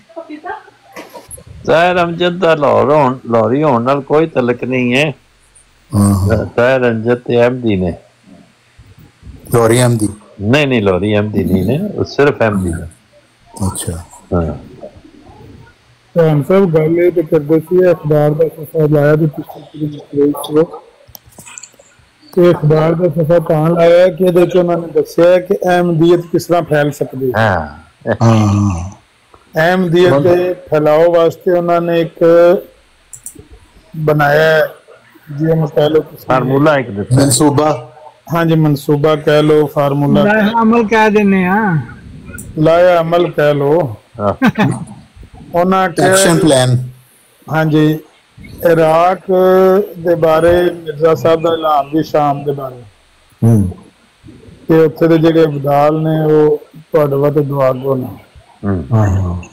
ਤੇ ਪੀਰ ਅਬਦੁਲ ਕਾਦਰ ਜਿਲਾਨੀ ਦਾ ਜਿਹੜਾ ਨਾਮ ਸੀ ਅਬਦੁਲ ਕਾਦਰ, ਉਹ ਮਿਰਜ਼ਾ ਸਾਹਿਬ ਦਾ ਇੱਕ ਇਲਾਮੀ ਨਾਮ ਸੀ। ਤੇ ਇੱਥੇ ਪਤਾ ਲੱਗਦਾ ਹੈ ਕਿ ਇਰਾਕ ਵਿੱਚ ਤੇ ਸ਼ਾਮ 'ਚ ਅਸੀਂ ਅਗਰ ਤਬਲੀਗ ਕਰੀਏ ਨਾ, ਅਹਿਮਦੀਅਤ ਉਧਰੋਂ ਫੈਲਦੀ ਲੱਗੀ ਆਵੇ ਉਹਨਾਂ ਨੂੰ, ਤੇ ਇਧਰੋਂ ਅਸੀਂ ਢਿੱਕ ਲਈਏ ਹਿੰਦੁਸਤਾਨ ਵਾਲੇ ਪਾਸੇ ਲਹਿੰਦੇ ਨੂੰ ਕਰਕੇ। ਤੇ ਵਿਚਕਾਰ ਹੈ ਜਿਹੜੇ 2-3 ਮੁਲਕ ਨੇ ਨਾ, ਅਫਗਾਨਿਸਤਾਨ ਤੇ ਈਰਾਨ, ਇਹਨਾਂ ਨੂੰ ਅਸੀਂ ਚਿੱਤ ਕੇ ਰੱਖ ਸਕਦੇ ਹਾਂ। ਯਾਨੀ ਅੰਧੇ ਕੋ ਅੰਧੇਰੇ ਮੇਂ ਬਹੁਤ ਦੂਰ ਕੀ ਸੂਝੀ। ਤੁਹਾਨੂੰ ਤੇ ਫਿਰ ਹੁਣ ਪਤਾ ਨਹੀਂ, ਗੁੱਸਾ ਇੰਨਾ ਤੁਹਾਡਾ ਲੈਂਦਾ, ਲੇਕਿਨ ਉਹਨਾਂ ਦੀ ਇੱਕ ਐਕਸ਼ਨ ਪਲਾਨ ਹੈ, ਉਹਨਾਂ ਦਾ ਸਟ੍ਰੈਟੇਜੀ ਹੈ। ਕਿਉਂਕਿ ਉਹਨਾਂ ਦਾ ਬਲੋਚਿਸਤਾਨ ਤੇ ਵੀ ਉਹਨਾਂ ਦੀ ਨਜ਼ਰ ਸੀ, ਪਰ ਉਹ ਗੱਲ ਬਣੀ ਨਹੀਂ। ਉਹਨੂੰ ਉਹ ਕਹਿੰਦੇ ਸੀ ਬੇਸ ਬਣਾਉਣਾ ਚਾਹੁੰਦੇ ਹਾਂ। ਮੁਨੀਰ ਕਮਿਸ਼ਨ 'ਚ ਉਹਨਾਂ ਨੇ ਕਿਹਾ ਸੀ ਕਿ ਸਾਡਾ ਪ੍ਰੋਗਰਾਮ ਸੀ ਕਿ ਇਹਨੂੰ ਬੇਸ ਬਣਾਈਏ, ਕਿਉਂਕਿ ਇਲਾਕਾ ਵੱਡਾ ਹੈ ਤੇ ਆਬਾਦੀ ਥੋੜ੍ਹੀ ਹੈ, ਤੇ ਇਹਨਾਂ ਨੂੰ ਅਸੀਂ ਝੱਟ ਮਰਦਾਈ ਕਰ ਲਾਂਗੇ। ਲੇਕਿਨ ਉਹਨਾਂ ਦਾ ਕੋਈ ਵੀ ਪਲਾਨ ਪੂਰਾ ਨਹੀਂ ਹੋਇਆ। ਇਹ ਤੇ ਹਰ ਇੱਕ ਦੀ ਖੁਆਇਸ਼ ਹੁੰਦੀ ਹੈ ਨਾ। ਮਿਸਾਲ ਤੌਰ ਤੇ ਹੁਣ ਅਗਰ कोई भी खलीफा, हजारों ख्वाहिशें ऐसी कि हर ख्वाहिश पे दम निकले। हज़रत अबू बकर सन या हज़रत उमर सन, ते उन्हां दा भी ते यही दिल करदा होना ना कि पूरी दुनिया ते इस्लाम। लेकिन वो लोगों को मरजाई नहीं बनाना चाहिए, ये ते मरजाई बनाना चाहिए। मुसोलिनी की तरह सुन लो, मसल के रख के देना चाहिए। सुन लो तारक चौहान साहब, असी भी या साडे खलीफा भी उन्हां नूं असल इस्लाम वाले पासे लियाना चाहते सा, जिहड़ा अबू बकर दा या हज़रत उमर दा सी। ਤੁਸੀਂ ਆਪਣੇ ਹਾਸ਼ੀਆ ਰਾਹੀਂ ਤੁਸੀਂ ਕਰ ਸਕਦੇ ਹੋ। ਜੁੱਤੀਆਂ ਮਾਰੀਏ ਲੋਕਾਂ ਨੂੰ, ਹਾਂਜੀ ਤੁਸੀਂ ਇਹ ਗੱਲਾਂ ਤੁਸੀਂ ਆਪਣੇ ਤੌਰ ਤੇ ਤੁਸੀਂ ਕਰ ਸਕਦੇ ਹੋ ਕਿਉਂਕਿ ਤੁਹਾਨੂੰ ਪਈਆਂ ਇਹਨਾਂ ਨੇ ਖੁਦ ਕਿਹਾ। ਇੱਕ ਮਿੰਟ ਚੌਹਾਨ ਸਾਹਿਬ, ਆਮਦੇ ਇਹਨਾਂ ਨੇ ਚੌਥਾ ਗੇਅਰ ਲਾਓ, ਰਾਮ ਰਾਮ ਨਾਲ ਗੱਡੀ ਨੂੰ ਤੇਜ਼ ਕਰੋ। ਠੀਕ ਹੈ, ਮੈਂ ਦੂਜਾ ਗੇਅਰ ਲਾ ਲੈਣਾ। ਹਾਂ, ਦੂਜਾ ਫਿਰ ਤੀਜਾ ਫਿਰ ਚੌਥਾ ਕਰਿਆ ਕਰੋ, ਇੱਕਦਮ ਹੀ ਆਮਦੇ ਤਾਬ ਚ ਪਾ ਦਿੰਦੇ ਹੋ। ਮੈਂ ਤੇ ਕਹਿੰਦਾ ਉਹ ਇਮਤਿਆਜ਼ ਸਾਹਿਬ ਪੁੱਛਦੇ ਨੇ ਕਿ ਇਸਲਾਮ ਕਿਸ ਤਰ੍ਹਾਂ ਫੈਲਿਆ। ਅਹਿਮਦੀਅਤ ਨੂੰ ਫੈਲਾਉਣ ਵਾਸਤੇ ਜ਼ਾਹਿਰ ਇਸਲਾਮ ਨੂੰ ਕਾਪੀ ਕਰੋ ਜਾਂ ਦੇਖੋ, ਉਹਨਾਂ ਨੂੰ ਸਿੱਖੋ। ਹੁਸੈਨੀ ਸਾਹਿਬ ਉਹ ਬਿਆਨ ਕਰਦੇ ਨੇ ਕਿ ਵੀ ਇਸਲਾਮ ਦੇ ਵਿੱਚ ਨਬੀ अलैहिस्सलाम ਦੀ ਸਾਰੀ ਜ਼ਿੰਦਗੀ ਜਿਹੜੀ ਹੈ, ਉਹਨਾਂ ਨੂੰ ਤੇ ਲੋਕੀ ਕਹਿੰਦੇ ਜੰਗਾਂ ਵਾਲਾ ਨਬੀ ਨੇ, ਜੰਗਾਂ ਕਰਨ ਵਾਲੇ ਨਬੀ, ਤੇ ਆਪ ਦੀ ਸਾਰੀ ਜ਼ਿੰਦਗੀ ਜਿਹਾਦ ਨਾਲ ਮੁਜ਼ੱਯਨ ਹੈ। ਆਪ ਦੇ ਸਹਾਬਾ ਦੀ ਸਾਰੀ ਜ਼ਿੰਦਗੀ, ਹੁਣ ਖਾਲਿਦ ਬਿਨ ਵਲੀਦ ਰਜ਼ੀ ਅੱਲਾਹ ਤਾਲਾ ਉਹਨਾਂ ਦੇ ਬਾਰੇ ਕਹਿੰਦੇ ਨੇ ਵੀ ਜਿਸਮ ਦਾ ਕੋਈ ਹਿੱਸਾ ਐਸਾ ਹੀ ਨਹੀਂ ਸੀ ਜਿੱਥੇ ਕੋਈ ਸੱਟ ਨਹੀਂ ਸੀ ਵੱਜੀ ਹੈ। ਇੰਨੀਆਂ ਜੰਗਾਂ ਲੜੀਆਂ ਨੇ, 100 ਤੋਂ ਜ਼ਿਆਦਾ ਸ਼ਾਇਦ ਜੰਗਾਂ ਉਹਨਾਂ ਨੇ। ਤੇ ਇਹਨਾਂ ਦਾ ਮਸਲਾ ਇਹ ਥੋੜਾ ਜਿਹਾ ਨਾ ਇਹਦੇ ਬਾਰਕ ਸੇ ਇਹਨਾਂ ਨੇ ਜੰਗਾਂ ਵਾਲਾ ਸਿਲਸਿਲਾ ਕੀਤਾ ਖਤਮ। ਹੁਣ ਇਹਨਾਂ ਨੇ ਸਿਰਫ ਔਰ ਸਿਰਫ ਤਬਲੀਗ ਨਾਲ, ਮੁਨਾਜ਼ਰਿਆਂ ਨਾਲ, ਦਾਵਤ ਤਬਲੀਗ ਨਾਲ ਉਹ ਹਿਸਾਬ ਲਾਣੇ ਆ ਵੀ ਕਿਸ ਤਰ੍ਹਾਂ ਇਹ ਕਾਮਯਾਬ ਹੋ ਸਕਦਾ ਇਹਨਾਂ ਦਾ ਜਿਹੜਾ ਮਨਸੂਬਾ। ਬਸ ਇਹ ਗੱਲ ਇਹ ਵੇ ਕਿ ਅਗਰ ਮਿਸਾਲ 15 ਜਨਵਰੀ 1945 ਦੇ। ਹਾਂਜੀ ਹਾਂਜੀ, 15 ਜਨਵਰੀ। ਠੀਕ। ਇਹ ਵੇ ਕਿ ਹੁਣ ਤੇ ਜੰਗਾਂ ਹੋ ਗਈਆਂ ਬੰਦ, ਕਿਉਂਕਿ ਉਦੋਂ ਸੀ, ਹਾਂ ਉਦੋਂ ਹੁਕੂਮਤ ਹੋਰ ਤਰ੍ਹਾਂ ਦੀ ਸੀ। ਹੁਣ ਹੁਕੂਮਤਾਂ ਹੁਣ ਮੁਲਕ ਬਣ ਗਏ ਨੇ, ਜੰਗਾਂ ਸ਼ੰਗਾਂ ਦਾ ਚੱਕਰ ਹੀ ਕੋਈ ਨਹੀਂ ਨਾ ਰਿਹਾ। अच्छा, ये अपने मुसलमान समझ नहीं आ रही ये आजकल असी सारे पुछे जी तलवारबाजी नाल ते नहीं इस्लाम किस तरह फैलिया है। इस्लाम तलवारबाजी नाल कोई इंडोनेशिया मलेशिया कड़ियां फौजां गईयां तलवारां लैके, ये कोई चलो अरब विच तां रसूलुल्लाह दा हुक्म सी। साहब ने ये नहीं किया, कश्मीरी साहब नहीं, अपना इम्तियाज साहब पूछ रहे कि दसो कि इस्लाम तलवार नाल नहीं, वो अपने हिसाब नाल पूछ रहे ने, उन्हां दा जो दिल च है वे उन्हां नूं छड्डो। नहीं, मैं तो पूछे नहीं लिया। हाँ, मैं केड़ा के हाँ केड़ा कोई वो फतवा पे देंदे ने। जिस तरह इस्लाम फैलिया है, अगले राह ते पिछले पैंतरे, ये भी ओदे पिछे पिछे टुरन। अहमदीयत भी उधरों उन्होंने दस्सिया भी इराक ते शाम वाले पासों फौजां चढ़दियां लगियां वन, इधरों हिंदुस्तान वाले पासों असीं चढ़दे लैंदे नूं कर लईए ते विशकार है तबलीग कर दे जे अफगानिस्तान ते ईरान ਇਹ ਵਿਸ਼ਕਾਰ ਆ ਕੇ ਤੇ ਫਸ ਜਾਣੇ ਨੇ ਤੇ ਇਹਨਾਂ ਨੂੰ ਤੇ ਚਿੱਤ ਸੜਨੇ ਨੇ ਦੰਦਾਂ ਦੇ ਵਿੱਚ ਰੱਖ ਕੇ। ਨਹੀਂ, ਤਬਲੀਗ ਕਰਕੇ ਨਾ ਇਹ ਵੀ ਗੱਲ ਦੱਸੋ ਨਾ। ਵਾਕਈ ਉਧਰੋਂ ਚਾਹੀਦਾ ਹੁੰਦਾ ਵੀ ਇੱਕ ਮੁਲਕ ਇੱਕ ਪਾਸੇ ਉਧਰੋਂ ਤਬਲੀਗ ਚੱਲਦੀ ਹੋਏ, ਇੱਕ ਪਾਸੇ ਜ਼ਾਹਰੀ ਗੱਲ ਹੈ ਤਬਲੀਗ ਦਾ ਵੀ। ਉਹ ਕਿਹੜੀ ਤਬਲੀਗ ਹੈ ਜਿਹੜੀ ਤਬਲੀਗ ਹੈ ਨਾ, ਕਿਤੇ ਉਹਨਾਂ ਨੇ ਕਿਤੇ ਵੀ, ਮੇਰੀ ਗੱਲ ਸੁਣੋ, ਤੁਸੀਂ ਇਬਾਰਤਾਂ ਪੜ੍ਹੀਆਂ ਨੇ, ਜਿੰਨੀ ਕੋ ਇਬਾਰਤ ਤੁਸੀਂ ਪੜ੍ਹੀ ਹੈ ਉਹਦੇ ਵਿੱਚ ਉਹਨਾਂ ਨੇ ਕਿਤੇ ਵੀ ਕੋਈ ਜੰਗ ਦਾ ਜ਼ਿਕਰ ਨਹੀਂ ਕੀਤਾ। ठीक है ना, उन्होंने आख्या कि तलवार चुको, उन्होंने यही आख्या कि उधरों फौजा तुर पैन तबलीग वालियां। साडी नज़र च भी जहाज ही है ना एक हिसाब का, कि उधरों जहाज वाल कह लो कि लोग तुर पैन ते इधरों जहाज वाले तुर पैन, ते विचकार थोड़ी कोई दुनिया रहेगी, वो भी साडे जहाज दे आएगी अंडर, ते वो भी अल्लाह खैर की जेड़ी तबलीग है।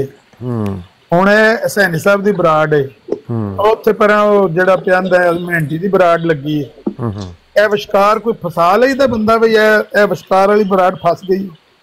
ਦੱਸੋ ਨਾ, ਇੱਕ ਹਰ ਚੀਜ਼ ਦਾ ਜਦੋਂ ਸਮਝਾਉਣ ਦਾ ਜਾਂ ਗੱਲ ਕਰਨ ਦਾ ਤਰੀਕੇ ਦੇ ਵਿੱਚ ਕੋਈ ਮਾਇਨੇ ਹੁੰਦੇ ਨੇ।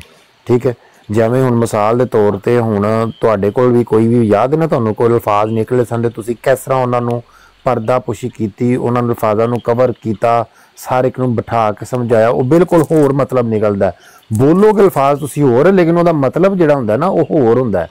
ठीक है, तो इस तरह ही ये भी जी गल उन्होंने की, वो वाजे अल्फाज जोड़े ने उन्होंने मतलब यही नज़र आ रहा है कि असी तबलीग करनी है, सानू इराक या इधर के मुल्कों वाल जान की जरूरत है, तो उत्थे तबलीगी फोरम बनाने चाहिए ने, तबलीगी लोग तैयार करने चाहिए ने जोड़े उतों तबलीग करते इधर नूं आउण ते इधरों असी तबलीग करते उधर नूं जाइए, तो विचकार रह जाएंगे एक दो मुल्क। इन्होंने कह लो कि आसान नहीं ना कह लो कि जो पता होगा कि उधर भी अहमदी ने इधर भी अहमदी ने, ਤੇ ਵਿਚਕਾਰ ਥੋੜੇ ਹੋ ਜਾਣਗੇ ਤੇ ਉਹ ਵੀ ਅਹਿਮਦੀ ਹੋ ਜਾਣਗੇ ਆਟੋਮੈਟਿਕ। ਬਿਲਕੁਲ ਐਸੇ ਤਰ੍ਹਾਂ ਜਿਵੇਂ ਹੁਣ ਵੇਖੋ ਨਾ, ਇਹ ਉਸ ਦੌਰ ਦੇ ਵਿੱਚ ਇਹ ਹਿੰਦੁਸਤਾਨ ਜਾਂ ਪਾਕਿਸਤਾਨ ਦੇ ਵਿੱਚ ਐਸਾ ਕਹਿ ਲੋ ਕਿ ਲੈਵਲ ਸੀ ਵੀ ਅਹਿਮਦੀਅਤ ਦਾ ਜ਼ੋਰ ਸੀ ਕਿ ਇੱਥੋਂ ਤੱਕ ਹੋ ਗਿਆ ਜ਼ੋਰ ਕਿ ਮੈਂ ਕਈ ਮੁਖਾਲਫੀਨ ਦੇ ਮੂੰਹ ਇਹ ਗੱਲ ਸੁਣੀ ਹੈ, ठीक है। मुखालफीन मैं अगे भी तुहाडे सामने भी करा सकना कि उन्हां दे बकोल कि उस टाइम अगर मुहम्मदी बेगम दे बच्चे अहमदी हो गए ने ना तो यही साबित होंदा है कि उस टाइम जोर सी, ठीक है, जोर सी। नहीं मुहम्मदी बेगम दे केड़े बच्चे अहमदी हो गए? मुहम्मदी बेगम दे बच्चे अहमदी होए ना अगों? नहीं इस तरह ना करो। हाँ जी हुसैनी साहब तुहाडे नाल गल नहीं सी कराई ज़ाहद गुजर साहब ने किसी दी उन्हां दी नस्ल चों? मैं अर्ज कर रहा कि मुहम्मदी बेगम दे एक बच्चे मिर्जा इसहाक बेग जेड़े उन्हां दी एक अहमदी खातून दे नाल शादी होगी। बरादरी दी शादियां होंदियां ही उन्हां दे प्रेफरेंस होंदे, पहले भी रिश्तेदार होंदे। वो इस गल की परवाह कीतियां बगैर कि कोई अहमदी है या गैर अहमदी है या शिया सुन्नी, उन्होंने बरादरी नूं प्रेफरेंस देना होंदा है। अच्छा। शादी हो गई उन्हां दी, ठीक है। यानी कि जे बको वेखो ना अगर मुखाल तुसी भी एक हिसाब दे अहमदियां दे मुखालफ ही हो ना, क्योंकि तुसी अहमदी नहीं है, ठीक है।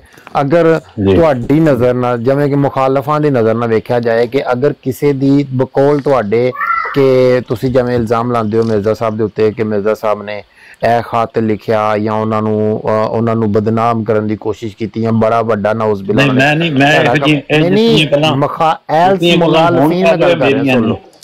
मैं मुखालफीन दी गल कर रहा जमात अहमदियत। लेकिन मैं कोई ऐसी मुखालफत और इल्जाम लगाना नहीं, मेरी गल जिहड़ी है सिर्फ इतनी है हकायक दे नाल तुसी जदों ये लफ्ज कहने कि उन्हां दी औलाद अहमदी हो गई ते उन्हां दी औलाद अहमदी नहीं होई, ये नहीं गल ठीक। ये बयान देना ते फिर ओ जेड़े बंदे नाल तुहाडी गल होई सी तो मैं दस रहा ना। हाँ वो मिर्जा कैसर बेग अगर किसी तरीके नाल भी होए अहमदी ते हो गए ना, अगों उन्हां दी नस्ल अहमदी ते चल रही है ना। हुण अगों तुसी अगर ये गल नूं ये हुण गल तुसी भी नहीं साबित कर सकदे ते मेरे कोल भी कोई तारीखी हकायक नहीं मौजूद कि मैं वो बंदा लैके सामने आवां कि ओ हाँ नहीं तुहानूं लियाउण दी जरूरत नहीं, मैं सामने कर देना, मैं उन्हां दे नाम दस देना। तुहानूं नाम दस्सण नाल हकायक सामने थोड़ी आ जांदे ने। ओहो पर जेड़े अहमदी होए ने उन्हां दा नाम दस रहा ना। इसहाक साहब भी अगर अहमदी हो गए, उन्हां दे मुहम्मदी बेगम दे बेटे सन ना वो। आहो वही ते मेरी गल च फिर तुहाडी गल च फर्क की होया? सिर्फ इन्ना ही फर्क होया कि मैं सिर्फ मोटी गल कीती कि वो अहमदी हो गए, तुसां आख्या जी हाँ वो अहमदी होए पर शादी करके अहमदी होए। नहीं मैं इस गल दी तरदीद कीती है। तुसां कहा कि उन्हां दे बच्चे अहमदी हो गए। हाँ बच्चे दा मतलब है उन्हां दी औलाद सारी अहमदी हो गई, ये नहीं गल ठीक। उन्हां विचों एक लड़का मिर्जा इसहाक बेग जिहड़ा वो एक अहमदी लड़की नाल ब्याहया गया ते इस करके समझा गया कि वो अहमदी हो गया, ठीक है। वो मिंट कुमरी दे कोल चक शहजाद विच उन्हां दी जमीन है, ठीक है। ते हुण वो उत्थों लाहौर चले गए ने, हुण उत्थों पता करा दिओ कि उन्हां विचों कोई बच्चा अहमदी है कि नहीं, तो फिर ठीक हो जाएगी गल। मैं तो हजरत मिर्जा बशीरुद्दीन महमूद साहब का एक पैगाम मैं आपको पढ़ के सुनाना चाहता हूँ। फरमाते हैं अगर कादियान हमारे हाथ से चला गया तो क्या हुआ? जो कौमें ऐसा करती हैं वो बेहयाई का इजहार करती हैं। हमारे सामने ये सवाल नहीं कि हम हाकिम नहीं हैं, हम बादशाह नहीं हैं कि हम बराह रास्त इस जगह को वापस ले सके, मगर इसका इरादा तो कर सकते हैं, नीयत तो रख सकते हैं। खुदा अगर चाहे तो वो हमें कादियान काल की बजाय आज ही दे दे। मेरा ईमान कहता है कि खा इस पर कितना अरसा ही क्यों ना गुजर जाए, आखिर कादियान जरूर लेना है। जिस अहमदी के अंदर ये जज्बा नहीं, जिस अहमदी के अंदर ये जोश नहीं, वो यकीनन बेईमान है और कुफर और बेईमानी की मोहर उसके दिल पर लग चुकी है। हमारे अंदर अगर ईमान है, हमारे अंदर अगर गैरत पाई जाती है, तो हमें ये अज़म कर लेना चाहिए कि हमने कादियान को वापस लेना है, खा सुलह से खा जंग से। ताकत होने या ना होने का कोई सवाल ही नहीं। किसको पता है कि कल हमारे पास ताकत नहीं होगी? क्या ईसा अलैहिस्सलाम के पास ताकत थी? क्या आज उनकी कौम सारी दुनिया पर हुक्म कर रही है?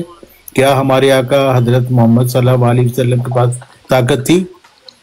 हमने वक्त आने पर कादियान जरूर वापस लेना है, या तो हुकूमत मोहब्बत और प्यार से हमारा कादियान हमारे हवाले कर देगी, जैसे हमने बार बार उससे कहा है कि इस इलाका में रहने वाले अहमदी तुम्हारी हुकूमत के मती और फरमा बरदार बनकर रहेंगे। लेकिन अगर उसने ऐसा ना किया तो हमारी जमात पर फर्ज है, खा वो अमेरिका में बस्ती हो, या इंग्लिस्तान में या जर्मन में या स्विट्जरलैंड में या अफ्रीका में या इंडोनेशिया में या पाकिस्तान में या अरब में, सिवाय उन लोगों के जो हिंदुस्तान यूनियन के बाशिंदे हैं कि उन पर हिंदुस्तान यूनियन की फर्माबरदारी फर्ज है कि वो हर जायज़ और मुमकिन जरिया से कादियान वापस लेने की कोशिश करे। अगर वो सुलह से ना मिले तो जब उसे ताकत मिले, ताकत के जोर से उस मकाम को हासिल करे। जो शख्स सुलह के हाथ को रद्द करता है वो खुद तलवार का रास्ता खोलता है और सब इल्जाम उस पर है। अगर तुम में ये जज्बा नहीं तो तुम बेईमान हो। बेईमान होने की सूरत में ही जिंदा रहोगे और बेईमानी की हालत में ही मरोगे। ठीक है, 15 साहब ਇਹ ਜਿਹੜੀ ਤੁਸੀਂ ਗੱਲ ਕੀਤੀ ਹੈ ਇਸਹਾਕ ਬੇਗ ਸਾਹਿਬ ਦੀ, ਠੀਕ ਹੈ, ਇਹ ਉਹਨਾਂ ਦੇ ਮੂੰਹ ਦੀ ਗੱਲ ਮੰਨੀ ਜਾਏਗੀ ਜਾਂ ਤੁਹਾਡੇ ਮੂੰਹ ਦੀ ਗੱਲ ਮੰਨੀ ਜਾਏਗੀ? ਕਾਹਦੇ ਮਤਲਬ ਗੱਲ ਮੰਨਣ ਦੀ? ਜਿਹੜੀ ਉਹਨਾਂ ਦਾ ਅਹਿਮਦੀਅਤ ਕਬੂਲ ਕਰਨ ਦੀ ਗੱਲ ਹੈ, ਉਹ ਅਗਰ ਮਿਸਾਲ ਦੇ ਤੌਰ ਤੇ ਜਲਸਾ ਸਾਲਾਨਾ ਤੇ ਆ ਕੇ ਤਕਰੀਰ ਕਰਦੇ ਨੇ, ਠੀਕ ਹੈ, ਉਹ ਆਪਣੇ ਮੂੰਹ ਇੱਕ ਗੱਲ ਦਾ ਇਕਰਾਰ ਕਰ ਰਹੇ ਨੇ, ਉਹ ਮੰਨੀ ਜਾਏਗੀ ਜਾਂ ਤੁਹਾਡੀ ਗੱਲ ਮੰਨੀ ਜਾਏਗੀ? ਮੇਰੀ ਕਿਉਂ ਮੰਨੀ ਜਾਏਗੀ? ਉਹਨਾਂ ਦੀ ਮੰਨੀ ਜਾਏਗੀ। ਹਾਂ, ਤੇ ਫਿਰ ਜਦੋਂ ਉਹ ਖੁਦ ਕਹਿਣ ਕਿ ਮੈਂ ਤਹਿਕੀਕ ਕਰਕੇ ਅਹਿਮਦੀ ਹੋਇਆ, ਠੀਕ ਹੈ, ਤੇ ਅਲ ਫਜ਼ਲ ਚ ਉਹਨਾਂ ਦੀ ਉਹ ਤਕਰੀਰ ਸ਼ਾਇਆ ਕੀਤੀ ਜਾਏ, ਠੀਕ ਹੈ, ਬੜੀ ਤੇ ਫਿਰ ਤੁਹਾਡੀ ਗੱਲ ਰੱਦ ਹੋ ਜਾਏਗੀ ਨਾ? ਨਹੀਂ, ਮੇਰੀ ਤੇ ਗੱਲ ਹੈ ਹੀ ਨਹੀਂ, ਮੈਂ ਤੇ ਕਹਿ ਨਹੀਂ। ਹਾਂ, ਤੇ ਫਿਰ ਇਹ ਵੇਖੋ ਕਿ ਜਿਹੜੀ ਤੁਸੀਂ ਹੁਣ ਵਿੱਚ ਇਹ ਗੱਲ ਸੁਣ ਲਓ ਤਾਰਕ ਚੌਹਾਨ ਸਾਹਿਬ ਮੈਂ ਗੱਲ ਯਾਰ ਗੱਲ ਤੇ ਸੁਣ, ਗੱਲ ਤਾਂ ਹਮੇ ਆਰਾਮ ਨਾਲ ਮਿਲੇ। ਤਾਰਕ ਚੌਹਾਨ ਸਾਹਿਬ ਮੈਨੂੰ ਹੁਸੈਨੀ ਸਾਹਿਬ ਦੀ ਗੱਲ ਦਾ ਜਦੋਂ ਤੁਹਾਡੀ ਗੱਲ ਦੇ ਉੱਤੇ ਮੇਰਾ ਇੱਕ ਸਵਾਲ ਹੈ ਚੌਹਾਨ ਸਾਹਿਬ, ਲੇਕਿਨ ਇਹਨਾਂ ਦੀ ਪਹਿਲੇ ਗੱਲ ਮੁੱਕ ਜਾਏ ਤੇ ਫਿਰ ਉਹ ਕਰਨੇ ਆ ਜੀ। ਤੁਸੀਂ ਕਰੋ ਗੱਲ ਇੰਨੀ ਕੁ, ਮੈਂ ਕੋਈ ਦਾਵਾ ਨਹੀਂ ਕੀਤਾ ਉਹਨਾਂ ਦੇ ਮੁਤਲਕ। ਠੀਕ ਹੈ, ਲੇਕਿਨ ਮੈਂ ਸਿਰਫ ਮੈਂ ਤੁਹਾਡੀ ਗੱਲ ਨੂੰ ਗਲਤ ਸਾਬਤ ਕਰਨਾ ਸੀ, ਉਹ ਮੈਂ ਕਰ ਦਿੱਤਾ। ਨਹੀਂ, ਮੇਰੀ ਗੱਲ ਨੂੰ ਗਲਤ ਸਾਬਤ ਕੀਤਾ ਤੁਸੀਂ। ਮੈਂ ਇਹ ਗੱਲ ਨੂੰ ਗਲਤ ਸਾਬਤ ਕੀਤਾ ਕਿ ਤੁਸੀਂ ਆਖਿਆ ਕਿ ਉਹਨਾਂ ਦੀ ਇੱਕ ਅਹਿਮਦੀ ਔਰਤ ਨਾਲ ਸ਼ਾਦੀ ਹੋ ਗਈ ਤੇ ਫਿਰ ਸ਼ੱਕ ਹੈ, ਇੰਜੀ ਗੱਲ ਹੈ। ਸੁਣ ਲਓ, ਉਹਨਾਂ ਨੇ ਖੁਦ ਆਪਣੀ ਜਲਸਾ ਸਾਲਾਨਾ ਚ ਤਕਰੀਰ ਕਰਕੇ ਉਹਨਾਂ ਨੇ ਸ਼ਾਦੀ ਤੋਂ ਪਹਿਲੇ ਤਕਰੀਰ ਕੀਤੀ ਹੈ ਜਾਂ ਸ਼ਾਦੀ ਤੋਂ ਬਾਅਦ ਕੀਤੀ? ਹਾਂ, ਜ਼ਾਹਰੀ ਗੱਲ ਹੈ, ਜਦੋਂ ਅਹਿਮਦੀ ਬਾਅਦ ਚ ਹੋਏ ਨੇ ਜਾਂ ਪਹਿਲਾਂ ਹੋਏ ਨੇ, ਜਦੋਂ ਨਹੀਂ ਹੋਏ ਨੇ, ਪਰ ਸੁਣ ਲਓ ਨਾ, ਅਗਰ ਤੇ ਉਹਨਾਂ ਨੇ ਸ਼ਾਦੀ ਤੋਂ ਪਹਿਲੇ ਤਕਰੀਰ ਕੀਤੀ ਹੈ, ਹਾਂਜੀ, ਤੇ ਫਿਰ ਉਹਨਾਂ ਦੀ ਬਾਅਦ ਸ਼ਾਦੀ ਹੋਈ ਤੇ ਫਿਰ ਤੇ ਇਹੋ ਹੀ ਸਮਝਿਆ ਜਾਏਗਾ ਕਿ ਉਹ ਅਹਿਮਦੀ ਹੋ ਗਏ। ਮਤਲਬ ਕਿ ਉਹਨਾਂ ਦੀ ਮੂੰਹ ਦੀ ਗੱਲ ਨਹੀਂ ਮੰਨਣੀ, ਆਪਣੀ ਗੱਲ ਮਨਾਣੀ ਹੈ। ਨਹੀਂ, ਮੈਂ ਨਹੀਂ ਮਨਾ, ਮੈਂ ਤੇ ਉਹਦੀ ਤਹਿਕੀਕ ਦੀ ਗੱਲ ਕਰ ਰਿਹਾ। ਮੈਂ ਕੋਈ ਨਹੀਂ ਕਹਿ ਰਿਹਾ ਤੁਹਾਨੂੰ ਤੁਸੀਂ ਇਹ ਮੰਨੋ ਜਾਂ ਨਾ ਮੰਨੋ, ਮੈਂ ਕੋਈ ਗੱਲ ਨਹੀਂ। ਮੈਂ ਸਿਰਫ ਇੱਕ ਗੱਲ ਕਰ ਰਿਹਾ ਕਿ ਜੇ ਤੇ ਉਹ ਸ਼ਾਦੀ ਦੇ ਬਾਅਦ ਅਹਿਮਦੀ ਹੋ ਗਏ, ਰੂਟੀਨ ਵਿੱਚ ਹੋ ਜਾਏ, ਕੋਈ ਹਰਜ ਨਹੀਂ, ਉਹ ਵੀ ਠੀਕ ਹੈ, ਅਹਿਮਦੀ ਸਮਝੇ ਜਾਣਗੇ, ਉਹਦੇ ਚ ਵੀ ਕੋਈ। ਉਹ ਆਪਣੇ ਵਾਲਦ ਦੀ ਹਯਾਤ ਦੇ ਵਿੱਚ, ਠੀਕ ਹੈ, ਆਪਣੇ ਵਾਲਦ ਦੀਆਂ ਗੱਲਾਂ ਉਹਨਾਂ ਨੇ ਕੋਟ ਕੀਤੀਆਂ ਨੇ ਉਹਦੇ ਵਿੱਚ, ਉਹਨਾਂ ਨੇ ਸਾਰੀ ਤਕਰੀਰ ਦੇ ਵਿੱਚ ਕਿ ਮੇਰੇ ਵਾਲਦ ਸਾਹਿਬ ਵੀ ਜਿਹੜੇ ਨੇ ਉਹ ਕਿਹੜੀ ਅਖਬਾਰ ਹੈ ਇਹ? ਅਲ ਫਜ਼ਲ ਅਖਬਾਰ ਦੇ ਵਿੱਚ। ਅਲ ਫਜ਼ਲ ਦੀ ਕਿਹੜੀ ਤਾਰੀਖ ਹੈ?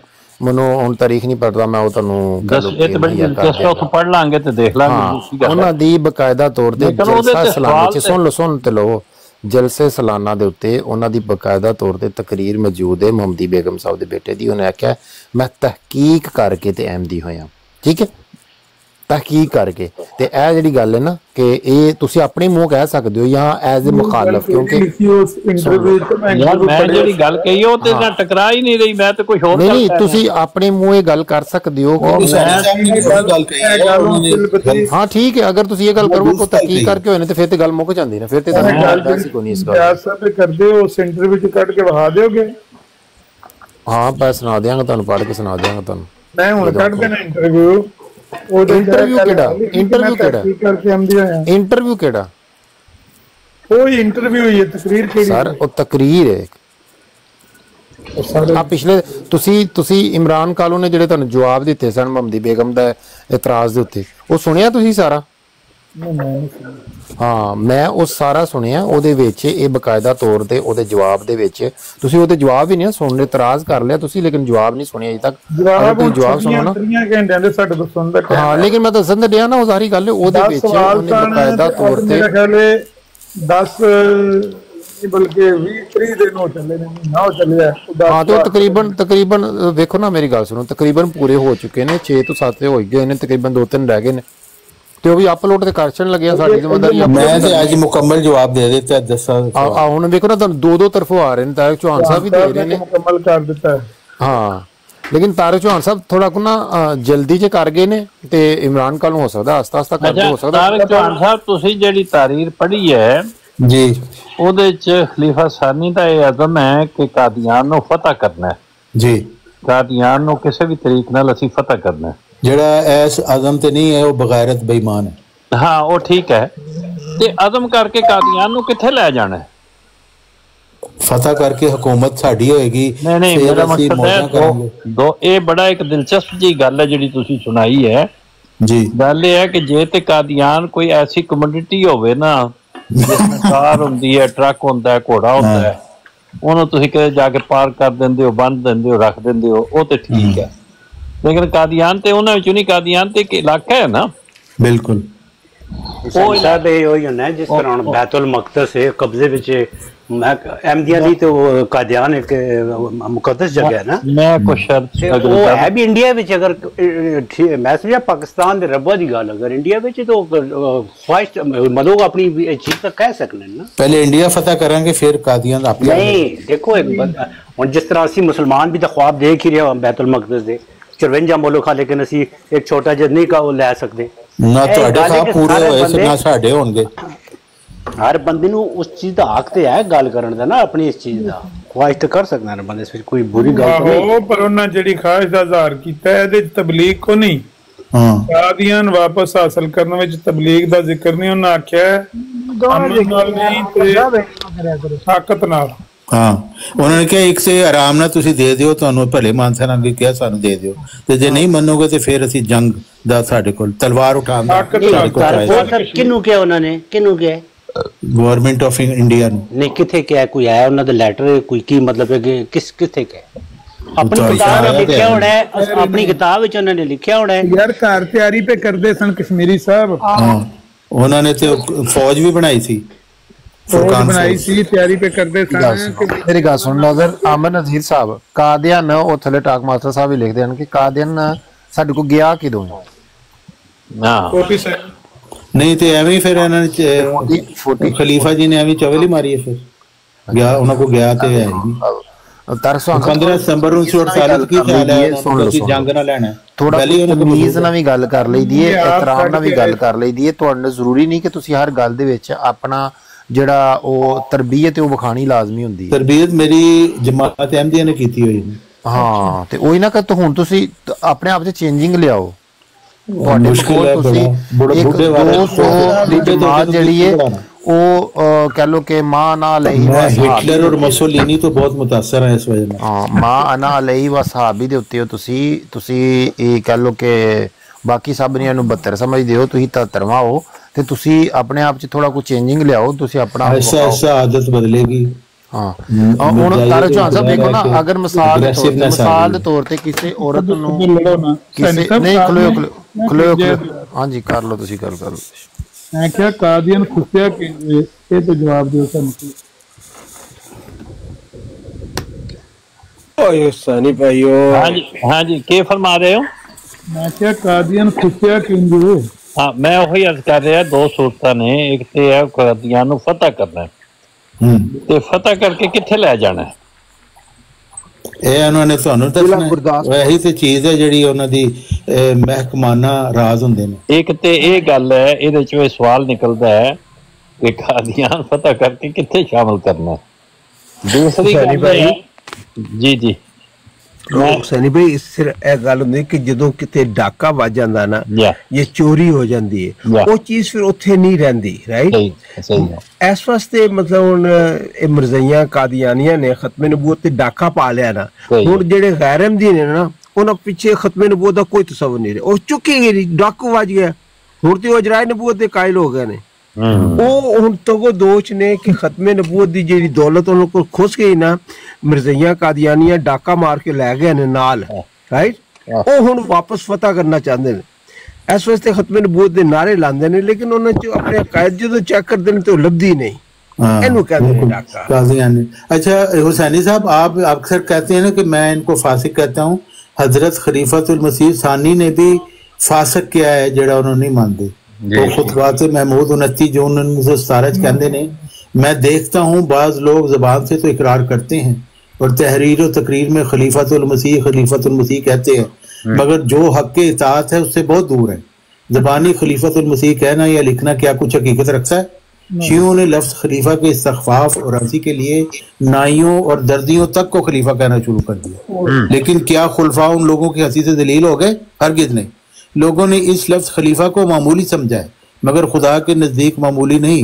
خدا نے ان کو بزرگی دی اور کہا کہ میں خلیفہ بناتا ہوں، پھر فرمایا وَمَنْ كَفَرَ بَعْدَ ذَلِكَ فَأُولَٰئِكَ هُمُ الْفَاسِقُونَ، یعنی خلیفہ کا انکار فسق ہے، جو انکار کرے گا وہ میری اطاعت سے باہر ہو گیا۔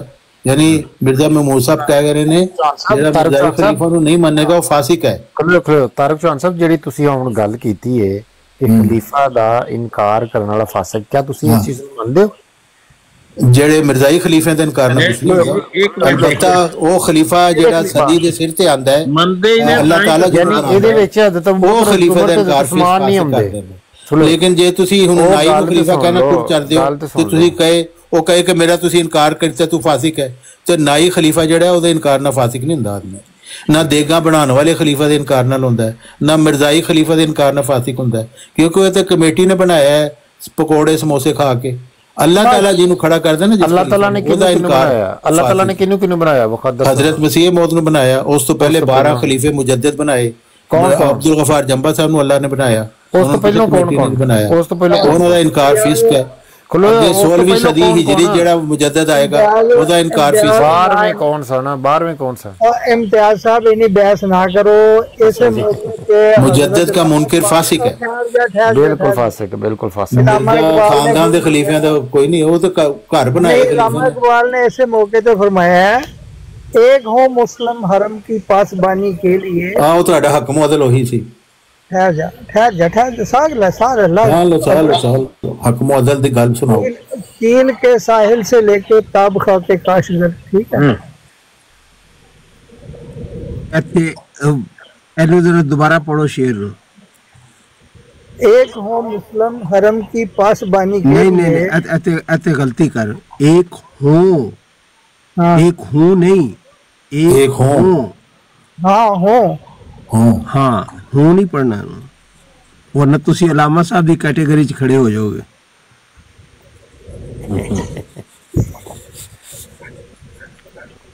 اچھا کیل کے ساحل سے لے کر تاب خواہ کے کاشگر، جڑے میں ایک قدم لا دیو تے آرام نال گڈی چلایا کرو، آستا آستا گڈی کری دیو، اینج نہ کریا کرو جس طرح گل کی ہوئی ہے۔ جڑی تساں ایک بڑی پیاری گل سنائی ہے کہ خلیفہ صاحب نے قادیان واپس لینا ہے، وہ کس طرح لینا چاہتے؟ کوئی مسئلہ نہیں، انہوں نے کہا جنگ دے نال، کیونکہ صلح دے نال تے دینا ہے انہوں نے پھاڑے بنے نے، وہ کہندے جڑا کرو راشد رانا صاحب میوٹ کرو، جڑا ارادہ نہیں وہ بے ایمان ہے۔ یہ سچ ہے میں نے چھوڑا تھا تجھے تو نے نہیں چھوڑا، مگر پھر لوٹ کر آنے کا وعدہ بھی نہیں توڑا، تیری تاریخ کو قومیں ہمیشہ یاد رکھیں گی، تجھے آباد رکھیں گی، تجھے شاداب رکھیں گی، میری بستی جہاں، میرا بچپن جہاں گزرا وہ بستی چھن گئی کیوں کر، میری بستی میرے خوابوں کی بستی بن گئی کیوں کر۔ اچھا صاحب طارق محمود صاحب نے ایک سیاسی تجزیہ لکھا ہے، وہ کہتے ہیں کہ مرزا بشیر الدین محمود کو شملہ میں آل انڈیا کشمیر کمیٹی کا سربراہ چنا گیا تو مرزائیت کی باچھیں کھل گئیں، اور اس کے بعد مرزائیوں نے اپنی پوری توجہ کشمیر کی طرف مبذول کر دی۔ مخالفین مرزائیت کی تبلیغ کے مخالفین دی تحریر پڑھ کی سب مرزائیت کی تبلیغ کے 70 اور ان مراکز کو کشمیریوں کے امدادی مرکز کہنے لگا، اور سینکڑوں مرزائی ڈاکٹر کشمیر پہنچے تاکہ کشمیریوں کی طبی امداد کی جائے۔ کئی وکیلوں نے کشمیر کا رخ کیا تاکہ کشمیریوں کی قانونی مدد کی جائے۔ یہ سارا سلسلہ اس حیران کن انداز سے شروع ہوا کہ کشمیری مسلمان ششدر رہ گئے۔ اس طرح گویا قادیانی مرزائیت کے لیے اہل کشمیر کی ہمدردیاں حاصل کر رہے تھے، لیکن کشمیر میں موجود دینی حلقے اس ساری سازش سے آگاہ کشمیری لیڈر میر وائز نے مسلمانوں کو ہدایت کی کہ قادیانیوں نے جو سلسلہ شروع کیا ہے اس سے صاف نظر آتا ہے کہ انگریز کے تعاون سے قادیانی یہاں اپنا غلبہ چاہتے ہیں. ان کا بنیادی مقصد ہماری مدد کرنا نہیں بلکہ ہماری مظلومیت سے فائدہ اٹھا کر اس ریاست میں قادیانیت پھیلانا ہے. وہ جب صدر کمیٹی بنے تھے نا مرزا محمود صاحب تو انہوں نے قادیانیت پھیلانی شروع کر دی. جی جی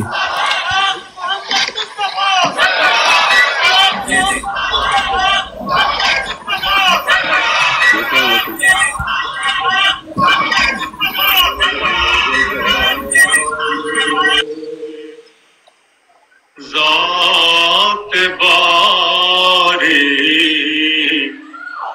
اب رضائے قادیوں ہے رضائے ذات باری اب رضائے قادیاں مدعائے حق تعالی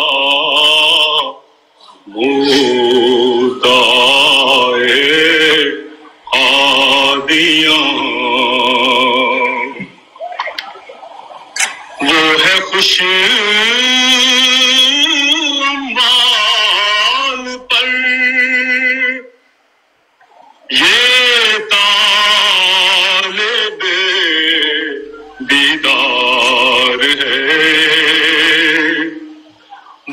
خوشی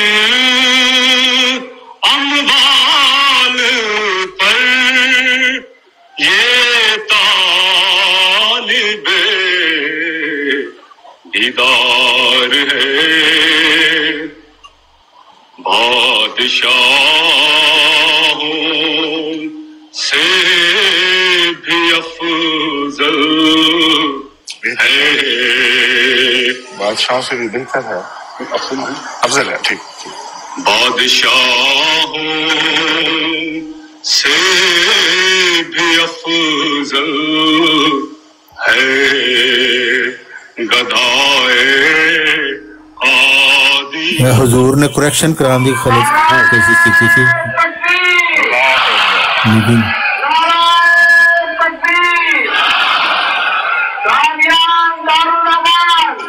زندہ آباد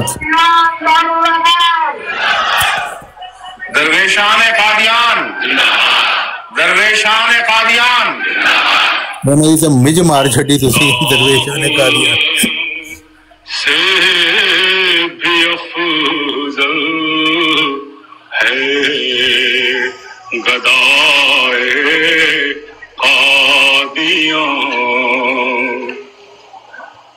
گر نہیں عرش مولا سے یہ ٹکراتی تو پھر گر نہیں عرش مولا سے یہ ٹکراتی تو پھر سب جہاں میں گونجتی ہے کیوں صدائے قادیاں.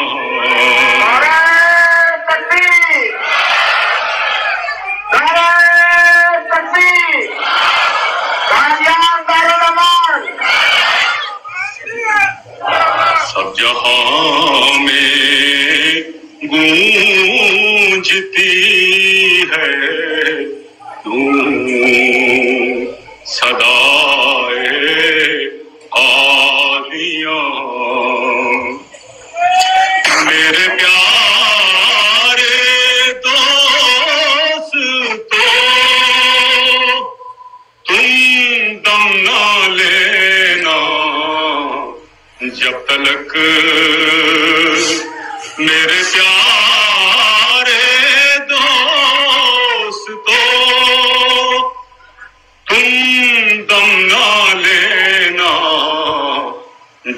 फलक